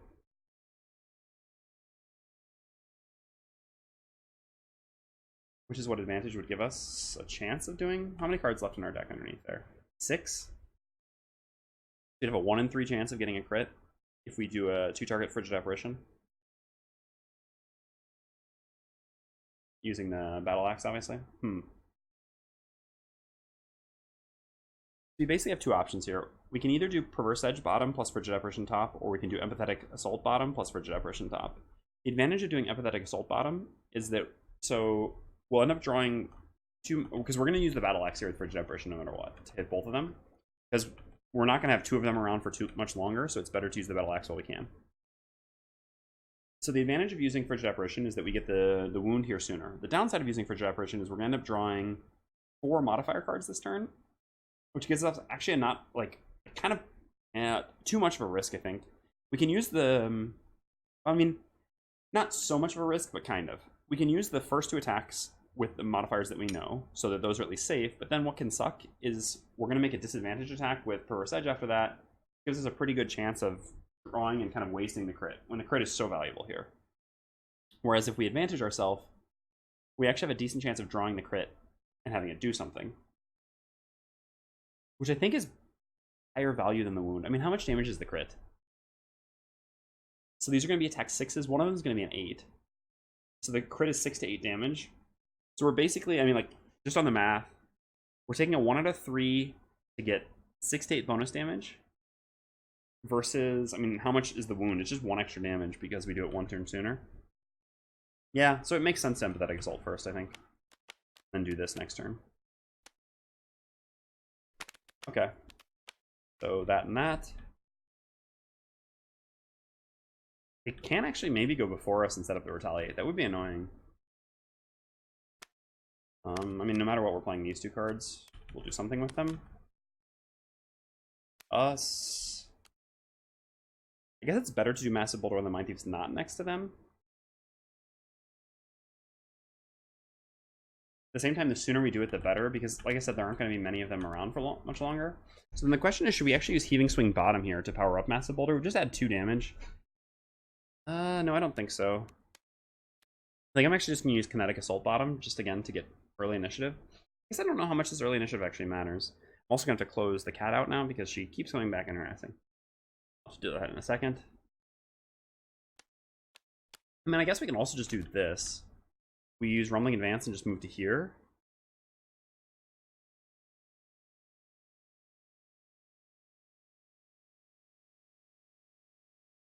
I don't know how much the initiative actually matters, because we're doing range attacks, so the Retaliate doesn't matter. Yeah, I think we can actually just get away with doing this. I think this is fine. And this potentially even sets up a Cataclysm, although I guess the thing that would suck about the Cataclysm is we won't have advantage anymore. So we probably won't end up doing that, but... So in that case, should we save the Earth for the beginning of the next Rex cycle? Yeah, because we're creating Earth here anyway. Alright, that's fair. The Earth actually can matter. So yeah, let's actually just use Kinetic Assault bottom and Endurance Potion it. I don't really care about longevity with Endurance Potions at this point. I'd rather just get like a good initiative here. I mean, a relatively good initiative. I think this is the most important thing. I'm not sure how much it actually matters. Okay, so fortunately we're going before that. This is the Retaliate one, but we go at 11 to the 14.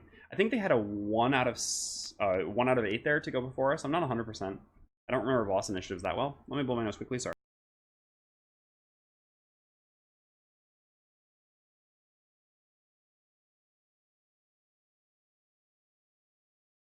Alright, back. So, hold on, I'm going to deal with the cat. That's enough. It's SUV. Addy! Addy!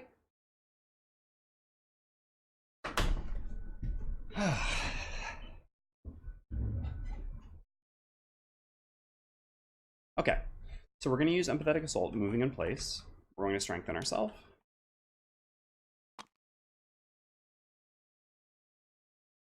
Do we still have the Rolling Stun in our deck? This is the question. We don't. Okay, that's good. So we can't possibly miss. So we can save the ice for the second attack, because that's the one that can crit.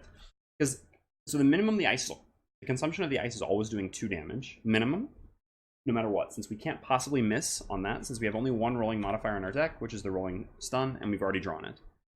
So using it on the second attack rather than the first one makes more sense, simply because there's a 33% chance that we crit, in which case the ice does 4 damage instead of 2 damage. So which one would we rather have the crit on?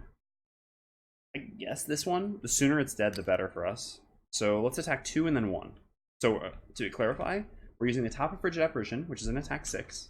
We're going to use our Battle Axe, which turns a single target attack into the following. So we can attack 6, hitting both of the targets with advantage. So first on number 2, flip this and this. So 7 damage here. Get down to 40. And then on number 1. So here's the moment of truth. So for this attack, we're consuming the ice, which puts us up to an attack 8. Alright. Oh well. I mean, this still works out fine. Just didn't get the crit, but... So we take 10 damage in the end. I mean, we deal 10 damage in the end. Just, you know, not too bad. So now they're going to slam us. We have cards to lose, worst case scenario. We could go Invis, but we kind of want them to stay where they are right now. Ugh. Man, the skeleton's gonna die immediately to the Retaliate. Oh no, she goes before. If we go Invis, one of them is actually gonna attack the skeleton, which is actually not bad for us. Yeah, I think I will go Invis. I think it's worth it. Alright, let's Cloak of Invis up. To avoid having to take these attacks. I mean, there's a decent chance they have curses and stuff anyway, and they miss, but... then they're not gonna stay clumped up for... One's gonna go here. One's going to go here. So then the Massive Boulder doesn't hit both of them. Alright, never mind. But... I mean, it's just 2 extra damage. That's so insignificant. To be honest. And... It comes at the cost of the Mindthief taking 2 attack... For how much, actually? 2 attack 8s when we have 12 life. We only have to lose one card though. Worst case scenario, and if they don't draw a miss or a curse in 2 draws.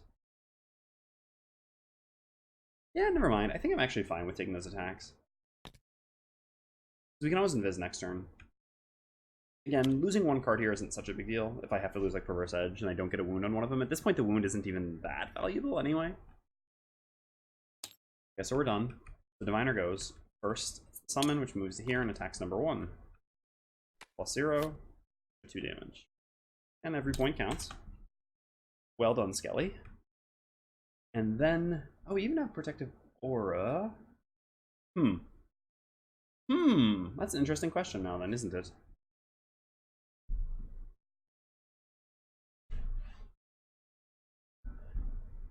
So we can either do an attack 1 on both of them. Oh, if we didn't invis there. Oh, I'm such an idiot. We were going to immobilize them. They wouldn't have hit anyone. I mean, I guess this one would still hit the skeleton. I forgot we can actually immobilize them. It's so weird. I mean, we kept this card specifically for this, but so we 100% should have invised here. Forgot about the immobilize factor. Oh well, mistake. So the question is now, should we like move up here and Protective Aura to buff the Mindthief with 2 shield, which will effectively block 4 damage, although not necessarily, because again, they still have what, 9 possibilities for misses out of 27, so 1 out of 3 in their deck. So we're at like 50% chance, a little bit over, that they miss on one of the 2 attacks. How valuable are 2 damage? I guess we've got the goggles. Does do something. Yeah, let's just go ahead and hit. I think damage is king here. We've got plenty of cards to lose. Deal with their incoming attacks at this point. Alright, so let's go ahead and use the bottom Void Snare. Making an attack 1, range 3, target 2. Targeting guard 1 and then 2. We'll use our goggles here because we're not doing better than this. Nice. Super happy with that. This is ambiguous. So the first one we get +3, so 4 damage. 12. Muddle doesn't work. Second one is ambiguous, so we can get just a +1 heal an ally for 2, which doesn't actually do anything because no allies are hurt. As far as that modifier has been kind of mediocre. Okay, so it's just 2 damage here. I'm 38. They're technically both immobilized. That doesn't change anything. Okay, we're done. The bosses go. They're both going to, like I said, make attack 8s, targeting the Mindthief. See at least 1 curse here. Nice. Alright, so be it. Oh, we forgot to do this too. Sorry. This is just a given. We had nothing else to do on top here, so we were just going to use this to gain 1 experience and create a light. This is just, again, basically for 1 experience and maybe for the light. This didn't change anything. So +1 on an 8 is a 9. How we take that? We'll be down to 3 and then down to 1 because of the Cragheart? Yeah, sure. No fun until you're at 1, right? Alright. We didn't create ice that turn either. Oh. Hey Gripe, what's your favorite video game of all time? Ooh, that is a very good question. So I used to always have the standby of Baldur's Gate 2.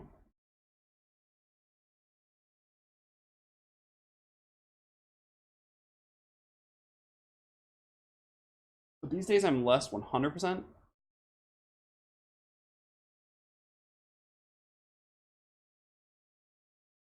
So it's kind of cheating to answer like this, but still, I think it's too difficult for me to narrow it down to 1. I would put 3 games in the top, which it's really difficult for me to differentiate in terms of which one's my favorite because they all have positives and negatives. But my top 3 would be Divinity Original Sin 2, Baldur's Gate 2, and World of Warcraft. And when I'm talking about World of Warcraft, I'm talking about back in the time when I actually played relatively seriously. And so like the Burning Crusade time. I mean, I played a fair amount during Vanilla and Burning Crusade, which was by far my... I mean, I've played a little bit off and on since then, never seriously. That was like when I played seriously. I actually, I guess probably not too surprising, but I was in a pretty serious raiding guild in Burning Crusade. And also going into the beginning of Wrath of Lich King. Wrath of Lich King was actually when I quit, though. Quit seriously. But we actually... Tennis ended up getting burnt out. And then I also, like, that was the time... So, that was like the end of high school, which was kind of a joke time, you know, and then the beginning of college, which the beginning of college was pretty easy. And then, so that was like Burning Crusade, and then like as Wrath of the Lich King came out was like the second year, I think, of college or something like that. So at that point, the time commitment was just too much for, like, because like I said, I was in a quite serious raiding guild. We actually did a couple server firsts in Wrath of the Lich King, although on a smaller server. But yeah, and so I like a combination of a little bit of burnout and then just the like time commitments of being more serious in college, like after the first year. Oh really? Oh yeah, in Burning Crusade I did we cleared Sunwell actually during Burning Crusade. I have the KGA, the Kill Jaden achievement on my account still. But yeah, so that wasn't really possible anymore at some point in college, so that's kind of when I stopped. And then I've played a little bit off and on since then, but never seriously again, just to check in on the game from time to time. But anyway, so that period of World of Warcraft versus Dose 2 and Baldur's Gate 2.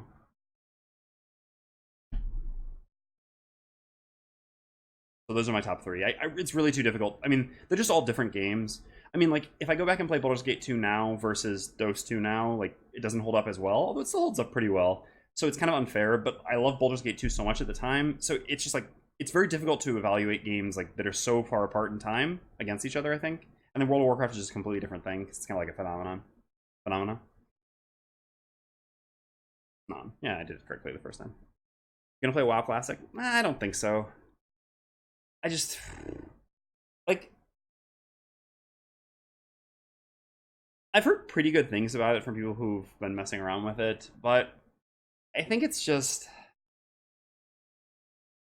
I think people are expecting to like it more than they actually will. And that's not, like, I'm not necessarily siding with all the people who are like, yeah, you're gonna hate it, new WoW is better than old WoW. Like, I do think Burning Crusade was the best period in WoW, but I just don't think going back to Classic is going to be as amazing. I think it's like more of a nostalgic trip. And also, it's just, yeah, I mean, I have enough time to stream right now, but once we move, I'm not even sure if I will.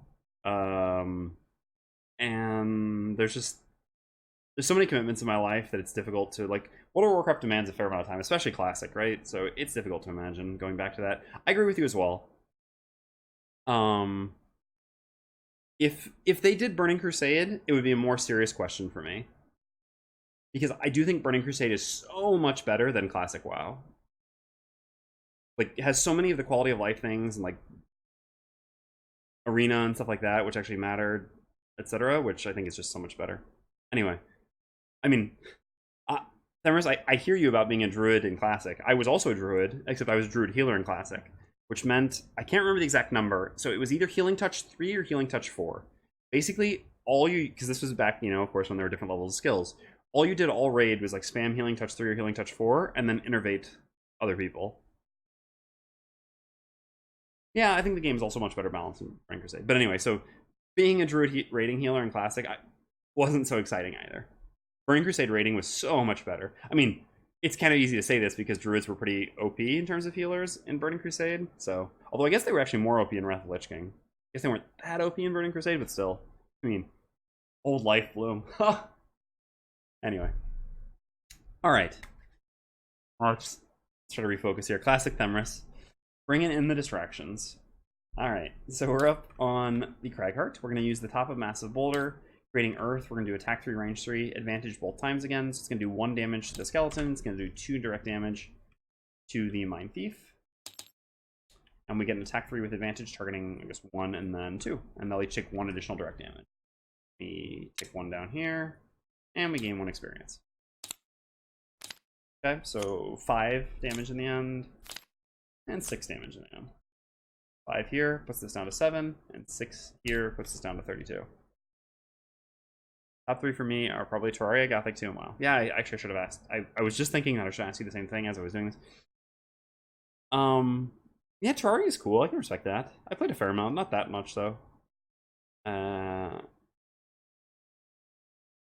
I don't actually know anything about Gothic 2, really. I mean, I recognize the name, but that's it. Literally, you could ask me what the game was about, and I couldn't tell you a thing. That's interesting. I'll have to maybe look into that. I think we do often have similar tastes. Oh, it's a German RPG. Interesting. Well, that seems like the sort of thing which would appeal to me. Okay, so it's quite old. Gotcha.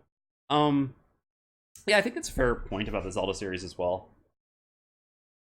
I don't have a Switch, so I have yet to play Breath of the Wild. So this brings us back into other discussions. So actually, what I've been doing a little bit in my spare time here, because it's too, like, you know, when I can, I play Dota or things like this. I prefer playing, like, multiplayer competitive things when possible. But first of all, I haven't had that much time recently. And second of all, it's just too hot to play, like, games like this. It's kind of weird, but, like, when you play games like that, you get, like, hotter. So actually what I've been playing in my spare time here is I've been playing Black 2 on an emulator. Because I actually have my 3DS, but I don't have... But anyway, because this actually allows me to play with a randomizer, which is something I've done once before, but it's been a really long time. And playing randomized Pokemon is fun. I started with a Bagon as my choice of the 3. Sucked for a while, but anyway. So what I was trying to say is that I was probably counting on getting a Switch when the new Pokemon come out, but now, I don't know, I'm actually kind of feeling a little bit mad. I mean, like, Sun and Moon was a huge miss for me. I bought it and ended up regretting it. And like I already explained to you, I know you had to force yourself to finish it. I couldn't even force myself to finish it. And now, like, yeah, after seeing the graphics for the new Pokemon, I'm kind of, and like the whole not full decks, stuff like that, I have a lot of concerns. So I'm not even 100% now that I'm going to buy a Switch for it, because I was counting on getting a Switch for that and then certainly playing Breath of the Wild as well.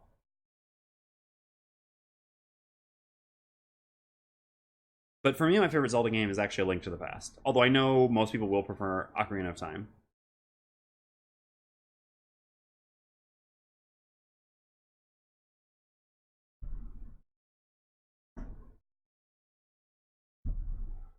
Link to the Past is even better. All right, fair enough. I'm happy. I mean, I'm surprised to see this because I think most, or a lot of Zelda fans at least, argue that Ocarina of Time is better. But Link to the Past is my favorite.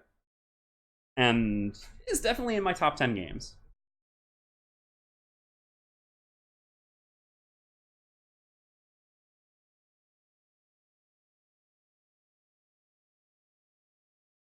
Fair enough. All right, so we're done with this round. So we're just going to go with these 2 cards. Doing some stuff.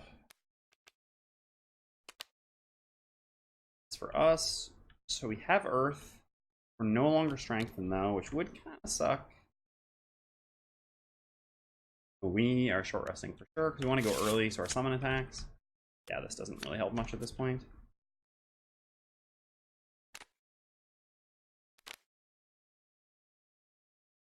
So we're going to wound one of them, so we don't even need to wound with this anymore. So I guess we should probably just use Cataclysm here.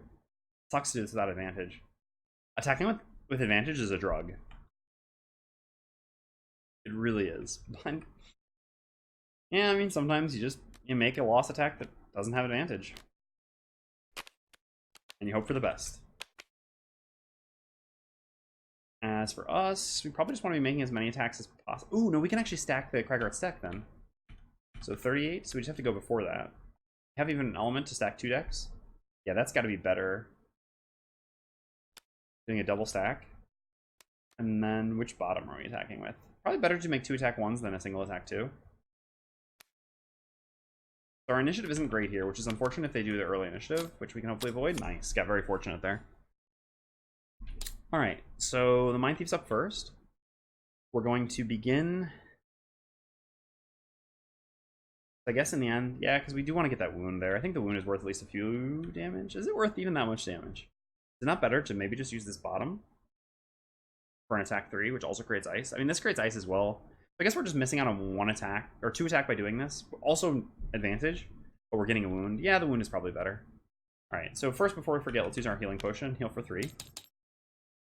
And let's begin by using the top of Dark Frenzy. This is just going to be an attack 4. Targeting number 1. No, because this should die to the summon plus the Cragheart. So let's actually just focus all of our firepower on this one. What if it doesn't die? That would suck. With detect stacking on an attack 6, we only need +1 here, plus the summons attack. I think we should be fine. Plus we have multi-target there as well, yeah. Alright, so we're going to do both attacks on the rightmost on guard number 2. So first we get to make an attack 4 with advantage, and then we're going to make an attack 1. So 4 with advantage. Okay, nice. So this, so we got 6 here, 26. And then we use the bottom of Perverse Edge, gain 1 experience. We're gonna create ice anyway, and this is neither advantage nor disadvantage. Oh, brutal. Classic bad ordering. Oh well. So we crit on a 1, which gives us 2. Rough. Rough. And that's wounded. And I think, oh yes, we just still have our Cloak of Invis. I think we will actually just go ahead and use our Invis Cloak now, so as we don't have to lose cards, because we actually don't have any cards in hand. And we also lost our strength. Okay. So then the Diviner goes. So first up, the summon attacks card number 1. Okay, first actually does something. So +1 and a curse, normally 2, so here 3. Brings down to 4, yeah, so we're very safe, and they get a curse.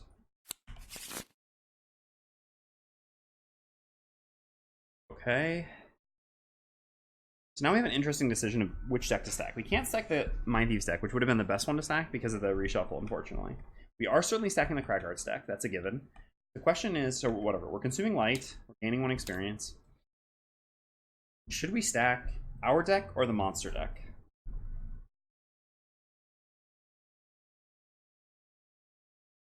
Trying to put curses on the top. I mean, I guess they're going to make so many attacks this turn. No, they're actually not. We can move the Cragheart over here after attacking. And there'll only be the attack on the Cragheart. We actually don't even care about the attack on the Cragheart. But the question is stacking our deck for 2 attack 1s even very good? Not really, to be honest. The downside is if we end up flipping a curse, then stacking their deck was for nothing. In that case, we need to attack. If we're going to stack with their deck, we should attack them first. All right, so let's do that. Let's use the bottom of Void Snare, gain 1 experience. We're going to make an attack 1 immobilize, first targeting 1 and then 2 in that order. Yeah. Yeah, well, actually, that was the better ordering in the end. We do 2 damage here, putting us down to 2. We get a +1 here, or +2 here. We do 3 here. We create a dart. Nice, and they're both immobilized. I'm just going to put the immobilized here because the one on the left is certainly dying. Okay, so then we use the top of Envision. Well, we already did the thing. We consumed a light, we gain 1 experience. So we're going to stack the Cragheart deck and the monster deck. So Cragheart deck first, I suppose. Okay, so we actually don't mind this -2 here because the Cragheart's going to consume Earth and make an attack 6 at this point, and this has only 2 health. So we can hit this with the -2, which basically gets rid of the -2. And then after that, I think we'll take a +1. I'm not even sure that I'll make that many more attacks that I'm even going to get to the +0, and maybe I do, but regardless, this just works. It's better to get the +1 sooner and possibly not get the +0 ever, rather than to get the +0 and then the +1. All right, so we'll stack that one like this, and now we stack the monster deck, looking for some curses. Okay, so what we want to do is this, and this. No, sorry, this first. But they get the curse first, and then they go into the miss. Man, alright. Like, why have we not been playing with Envision the course all along? Whew. This is so much better than Preordain the Path. This card is so good! Alright. So, we're done there. So now the Cragheart goes. So we're going to begin by using the top of Cataclysm. We're going to consume Earth, which gives us 2 experience. We get an attack 6 immobilize all allies and enemies in the target area.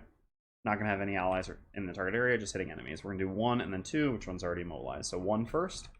So our 6 flips a -2, so 4 damage, and then our 6 flips a +1, so 7 damage. So you're dead, and you take 7, putting you down to 14.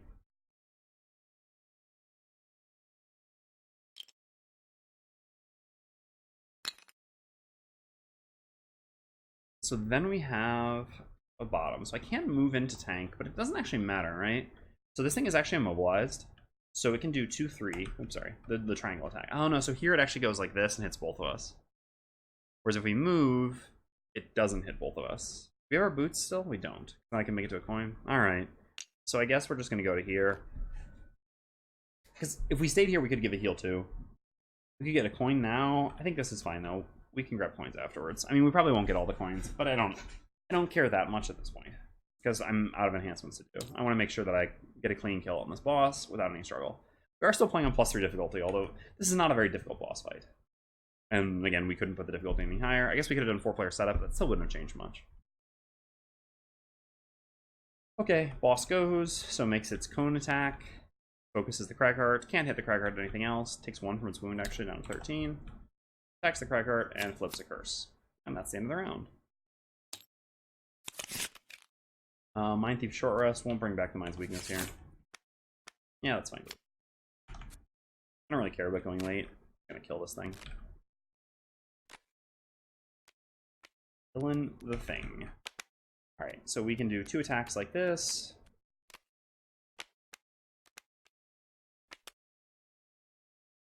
We are not strengthened anymore.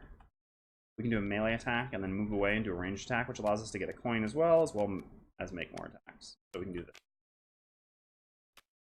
Alright, overall this works. I think we should be able to get a kill here. Okay, so up first is the Mindthief. We're going to begin by using the top of Frigid Apparition. This is an attack 6 base. We're going to consume ice using the Frigid Blade to turn this into an attack 8. Hitting the boss. Well, okay. Solves that. The boss is dead. Can die no matter what, basically. Okay, so then it's just coin pickup time. So we've got a move 3 that gives us 1 experience, and we'll just grab, I guess, this coin in the corner.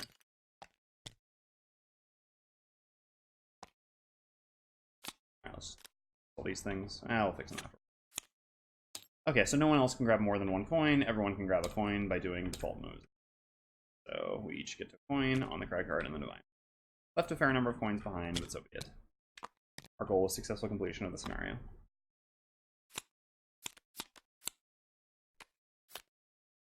Alright, and that ends that. So, like I said, pretty easy one. We're going to unlock a bunch of scenarios. We get the global achievement, The Merchant Flees. Checkmark this one off.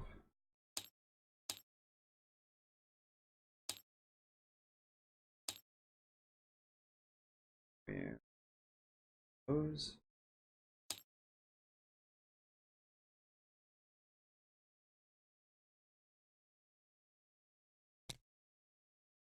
There.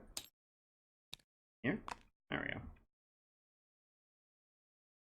Okay, so 2 reputation. Oh my god, are we finally gonna make it to 1 discount?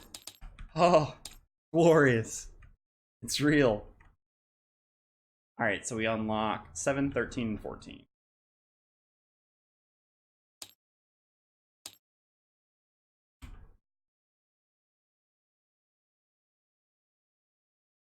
Where are you, 7? Go.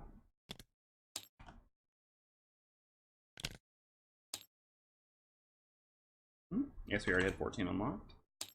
Yeah, we did already have 14. Yep.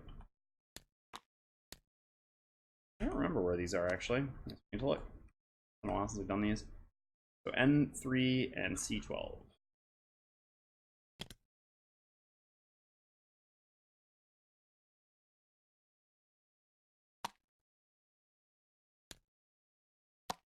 There we go. And that's that. So then we gain our other rewards. Let's take the characters out of here.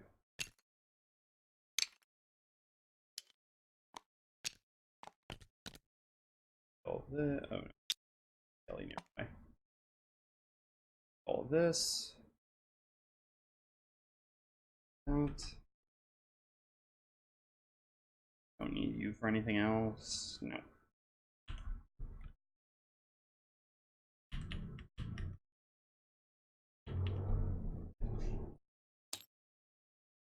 Fetch out all these curses.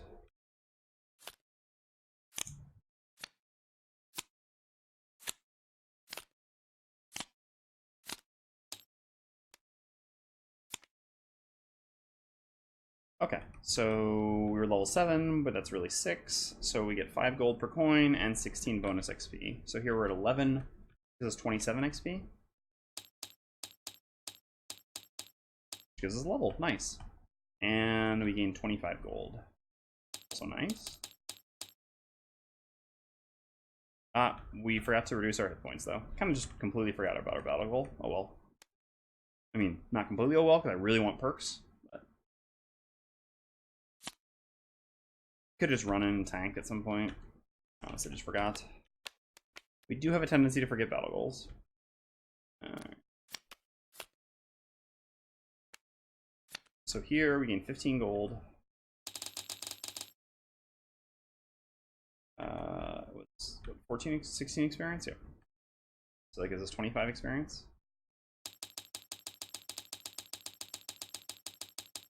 Ah, so close.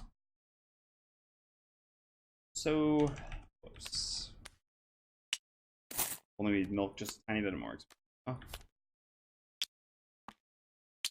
Back here. Back here.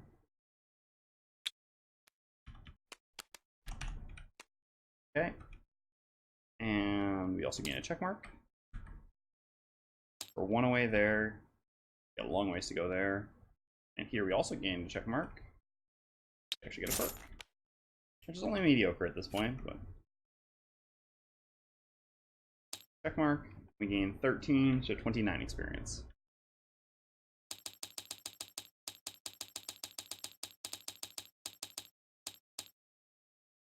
And 15 gold.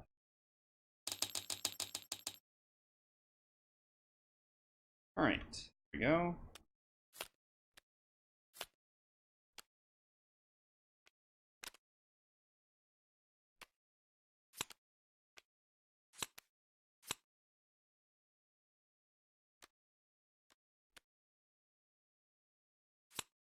Alright, so we got a perk for the Mindthief and then a full level up for the Diviner. So let's do perk for the Mindthief first.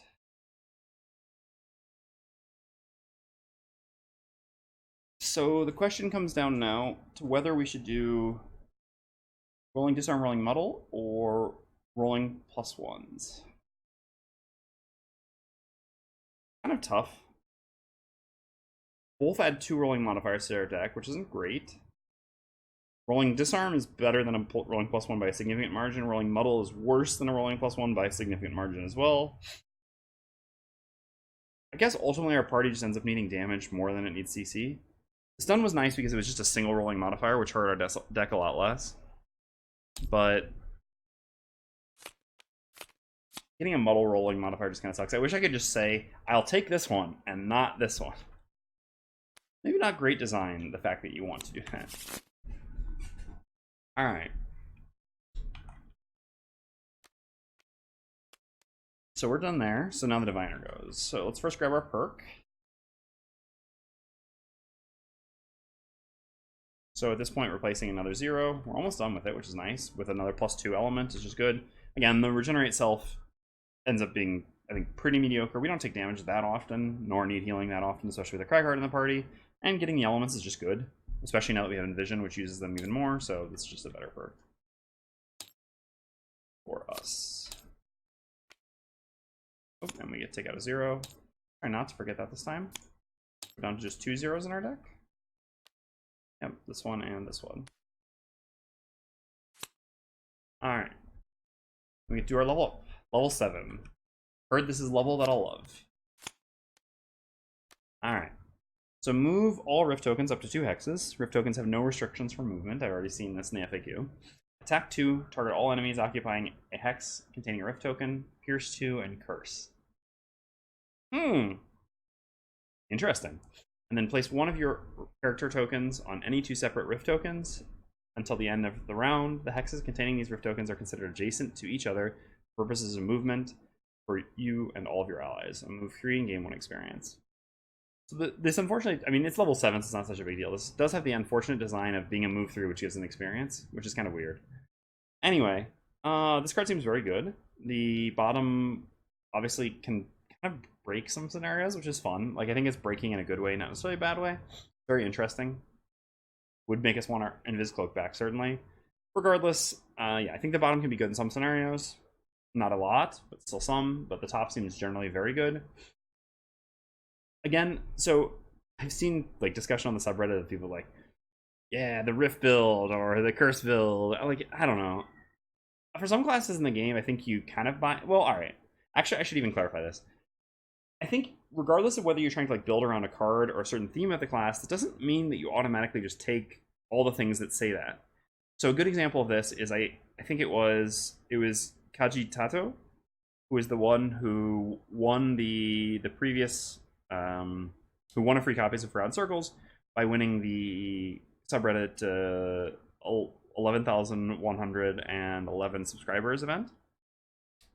And I really liked his build for the Cthulhu class because it was an alternate build, but it's still like, because there are like 2 main themes for Cthulhu, but it wasn't just because he was focusing on one of the themes that he just ignored the cards that were for the other theme. Like, if there was a better card for the other theme, he still just took it, rather than taking, like, when up against another card of the theme he was doing, just because the other card was better. Like, I think this is really important to do properly. So, to be clear, I'm not just taking Rift cards because I've already taken some Rift cards. I don't think this is correct. That being said, this does seem very good. Well, kind of very good, right? Unlike my too many circles combo build. Oh. Yeah, that was a little bit of a different story. So the question now is how good attack 2s are is the biggest issue. So what this does very well is it delivers a lot of curses, and allows us to use our modifier deck a lot. But at the same time, it does spend our top doing attack 2s. I mean, at the end of the day, we're taking this card, I think, no matter what, because the other level 7 card isn't good. So anyway, here we have heal 3, affect self and all allies, regenerate, create light. The element is relevant. This is at least... I frequently complain about healing actions in Gloomhaven not being appropriately tuned at higher levels. This is a pretty well-tuned higher level healing action, right? This is like... I mean, the problem is this depends on party size a lot, but obviously in a 4-player party, this is 12 non-loss healing plus the regenerate, so you're looking at like pretty easily up to like 16 non-loss healing per rest cycle. That's really good. Now, the problem is that damage isn't spread so evenly frequently. Yeah, healing summons is kind of a joke, right? I mean, like, I see people mention this all the time. There are a couple summons in the game that can be healed, but, I mean, most summons on reasonable difficulties just get one shot, so, like, it doesn't really matter if you can heal them. Like, a 5 health summon isn't surviving a single attack, so healing for the summon doesn't really matter much. So I wouldn't count that so much. Obviously, like I said, there are a couple summons, like one you were championing the other day for a certain class that, I mean, like, are exceptions to this rule. Otherwise, they're just classes that have inherent abilities that are kind of exceptions, but for the most part, it doesn't matter so much in that regard. Anyway, this is still a lot of healing for a non-loss ability, so this is good. Like, I mean, this is a very fair level 7. Reasonable difficulty does not equal +4 difficulty and more monsters than normal. We're only at +3 difficulty and we're not doing more monsters than normal. Thank you very much. But fair enough. I mean, like, you know, we disagree on this one, but I understand your point, and I think your point is valid, certainly. So yes, playing on like +0 difficulty or maybe +1 difficulty, this could potentially also heal summons. Regardless, even discounting that, I think in a 4-player party this is really good. In a 3-player party, I think it's fine. In a 2-player party, I don't think I would ever want to use this. Obviously, this is a cost of something that affects everyone. Like, it does have a scaling issue, and so, like, obviously it needs to be balanced around the largest amount of players, not the smallest number of players, because otherwise it would be just completely broken at the largest number of players.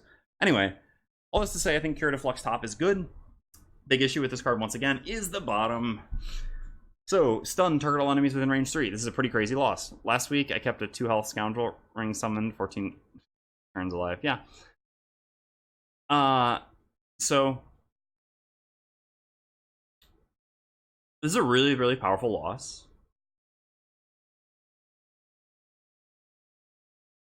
It's just, the biggest issue with this card now is kind of same. I mean, it's like the level 4 card a little bit all over again. So we kind of get back to this. Now, this isn't a completely fair comparison because the top is much less situational here. But the truth is, I mean, if we just looked at the scenario we did, now this was kind of exceptional, we didn't really take, I mean, up until the very end, we didn't take much damage. And our party doesn't take very much damage to begin with, because ultimately when we play on high difficulty, we can't take that many attacks. So we are still going to take damage, which is why we still want some healing. But healing isn't something that we want every rest cycle. There's no doubt about that. Like, healing is something that's good, but not good all the time. So accordingly, the top of Curative Flux is situational inherently, just like healing is in Gloomhaven. And the bottom, by being a loss, is also situational, because the issue with this card is that we can't play this card for something that is actually useful every rest cycle until we use the loss. And again, we're 9 cards, so I mean, even here, how many turns did we do? This was a short scenario, right? We went through this scenario pretty easily, and we still took 18 turns. Like I said, we're looking at around 22, 23 turns average per scenario. How many turns do we actually get in a 9-card class, assuming 2 extra turns, so with endurance potion charges? So we've got, what, 4 turns plus 4 turns, so 8, 3 turns plus 3 turns, so 6, so 14, 2 turns plus 2 turns, so 18, 1 turn plus 1 turn, so 20, plus 2 endurance potion. So if we don't play a single loss the entire scenario, using 2 endurance potion charges, gaining a turn each time from the endurance potion charge, which is not too difficult to do, that's 22 turns we get, not playing a single loss. Now, obviously not counting long rest, which we do a couple times.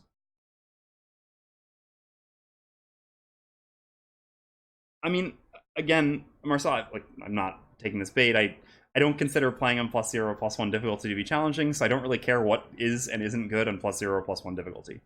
My point, regardless, is still that, so here, in this party, playing on a challenging difficulty, we cannot play losses. I mean, we just did the math. Like, well, all right, we cannot play losses before the end of the scenario, at least. We can certainly play losses, like, in the last room of a scenario. Because, all right, so like I said, we just got 22 turns there. If we add a couple long rests, we're looking at 24 turns, something like that, which is reasonable. That's around our average number of turns for a scenario here on, again, a challenging difficulty. So we could lose a couple turns at the end of a scenario and still not exhaust too early, right? So we certainly can play a loss in the last room, but we can't play losses before that, really. So this loss is really, really good in the last room. There's no doubt about that. It's really, really powerful. But the problem with the card is it's still a 40 initiative, move 2, or heal, which are not really things we want for the rest of the scenario leading up to that point. So it's going to give us a big power spike in the last room, but it's going to cost us before then. Which just makes it, I mean, still not a bad card. Like, it's much better than Cleansing Rite, even for a level 7 card. It's still not bad, like, because the top is never going to be bad, it's just not very good. And the bottom is always going to be very good in the last room, if we manage to keep it that long. The other problem is, we also have to try to keep this card over other cards that consistently do something every rest cycle, and we have so few cards in our hand. So anyway, I think all this comes down to say that, while I'm not sure how good the attack 2s will be on Ethereal Vortex, this, I mean, just to a pretty high power level top, combined with a very high power level, very situational bottom, but still a top that it seems like we should be able to play every rest cycle. Maybe the first rest cycle is going to be a little bit weak, but worst case scenario, then it's still just a move 3 the first rest cycle, and then does stuff every time afterwards versus this. So yeah, we're not going to take Curative Flux, and we are going to take Ethereal Vortex. Yeah, our mod deck isn't so good is the issue, though. Again, I mean, like, it isn't, but there's just so many +1s is the biggest problem. I wonder what our actual average increase in damage is with our mod deck right now. I can actually plug this into a calculator, but still, even without going through the time to do that. 1, 2, 3, 4, 5, 6, 7, 8, 9. Hold on. 1, 2, 3, 4, 5, 6, 7, 8, 9, 10. So we have 10 draws in our deck, which are +1 or worse. And 1, 2, 3, 4, 5, 6, 7, 8, 9 to get better than that. I mean, that's counting the 2 rolling curses. So, like, 50% of our attacks are like 2s into 3s, and then the other ones are better than that. It's not bad, and we've got the goggles. We can make it better. I mean, I think it's fine. Like, my point isn't that I don't think this is good. Obviously, I think this is kind of like appropriately tuned. My point is more like this, right? So if you're playing on a regular difficulty, like a low difficulty, we'll say, you use Mass Hysteria. We've taken Mass Hysteria, and we've never used this top once, right? And the Mindthief has an exceptional modifier deck as well. So getting flips from the Mindthief is also really good, but we're just not using this just because it's attack 1. Now, obviously, there's a big difference here. This is 1 higher attack, still a lot more, and this adds Curse, and the Pierce, which is also pretty relevant. Anyway, so my point is, I think this card will be very good, Ethereal Vortex, but I also consider the possibility that it could be less good than I think it'll be, just because it is still level 7 enemies and we're making attack 2s. Like, and every time we're making an attack 2, that's preventing us from, like, you know, disarming the entire room, basically, which is the sort of stuff we normally do. Anyway, Ethereal Vortex I think is a really easy choice at level 7, and hopefully the card will perform well enough. We do have, again, we have the Rift cards to support it. We've taken them, so I think this should be the opportunity to make it work. All right. So we also gain a level. Is one more health. There are perks to lose +1s, but we haven't quite made it there yet. So we do want to replace +1s with +3s. We do really want to do this, but at this point we haven't even been able to get rid of all of our +0s yet. The problem is also that this one, the ignore negative scenario effects and add 2 +1s, like we took that because it was the very beginning, and so I think it was the right choice. But obviously now this perk is actually like, if we could, we would like remove this perk and replace it with another one, right? Because adding the 2 +1s, like you said, I mean, you're right, is actually ultimately bad for us. But yeah, I mean, we've been replacing negatives as much as we can. So while I certainly do want to start replacing +1s with the +3s, like I think this just doesn't seem so good because of our initiatives. It's also just another +1. I think we'll probably take this next and then start doing these. Because this still just replaces 0 with another. I mean, here we still have a 0 in our deck, but it's just 1. And this just adds another +1. And again, our initiative just, especially because we're going to end up cutting our other fast initiative, our 13. Because we have to keep adding good cards in. So our initiatives are kind of getting worse, not better. Which is fair because our average action power level is pretty high. Alright, so that's it for that scenario. Let's reset this to here. Oops. I don't have this showing the entire time. My bad. Alright, so we did unlock some more scenarios, but I think we're just going to go ahead and do 31. That's kind of what we plan on doing, so I think it's reasonable to continue down that path. So that'll be what we do next. I'm going to take a small eating break, we'll say 20 minutes, so at about 7 p.m. local time, my time, so 23 minutes really, is realistically when I should be back. It might take less time than that. I mean, maybe at 6:55 instead of 7 I'm back. Not 100% sure. But anyway, I'm going to take a small break. I'm going to make myself a quesadilla and eat it, drink a little more water, and then we'll get in and do scenario 31. And get to try out our Ethereal Vortex. Alright, so anyway, be back in around 20 minutes.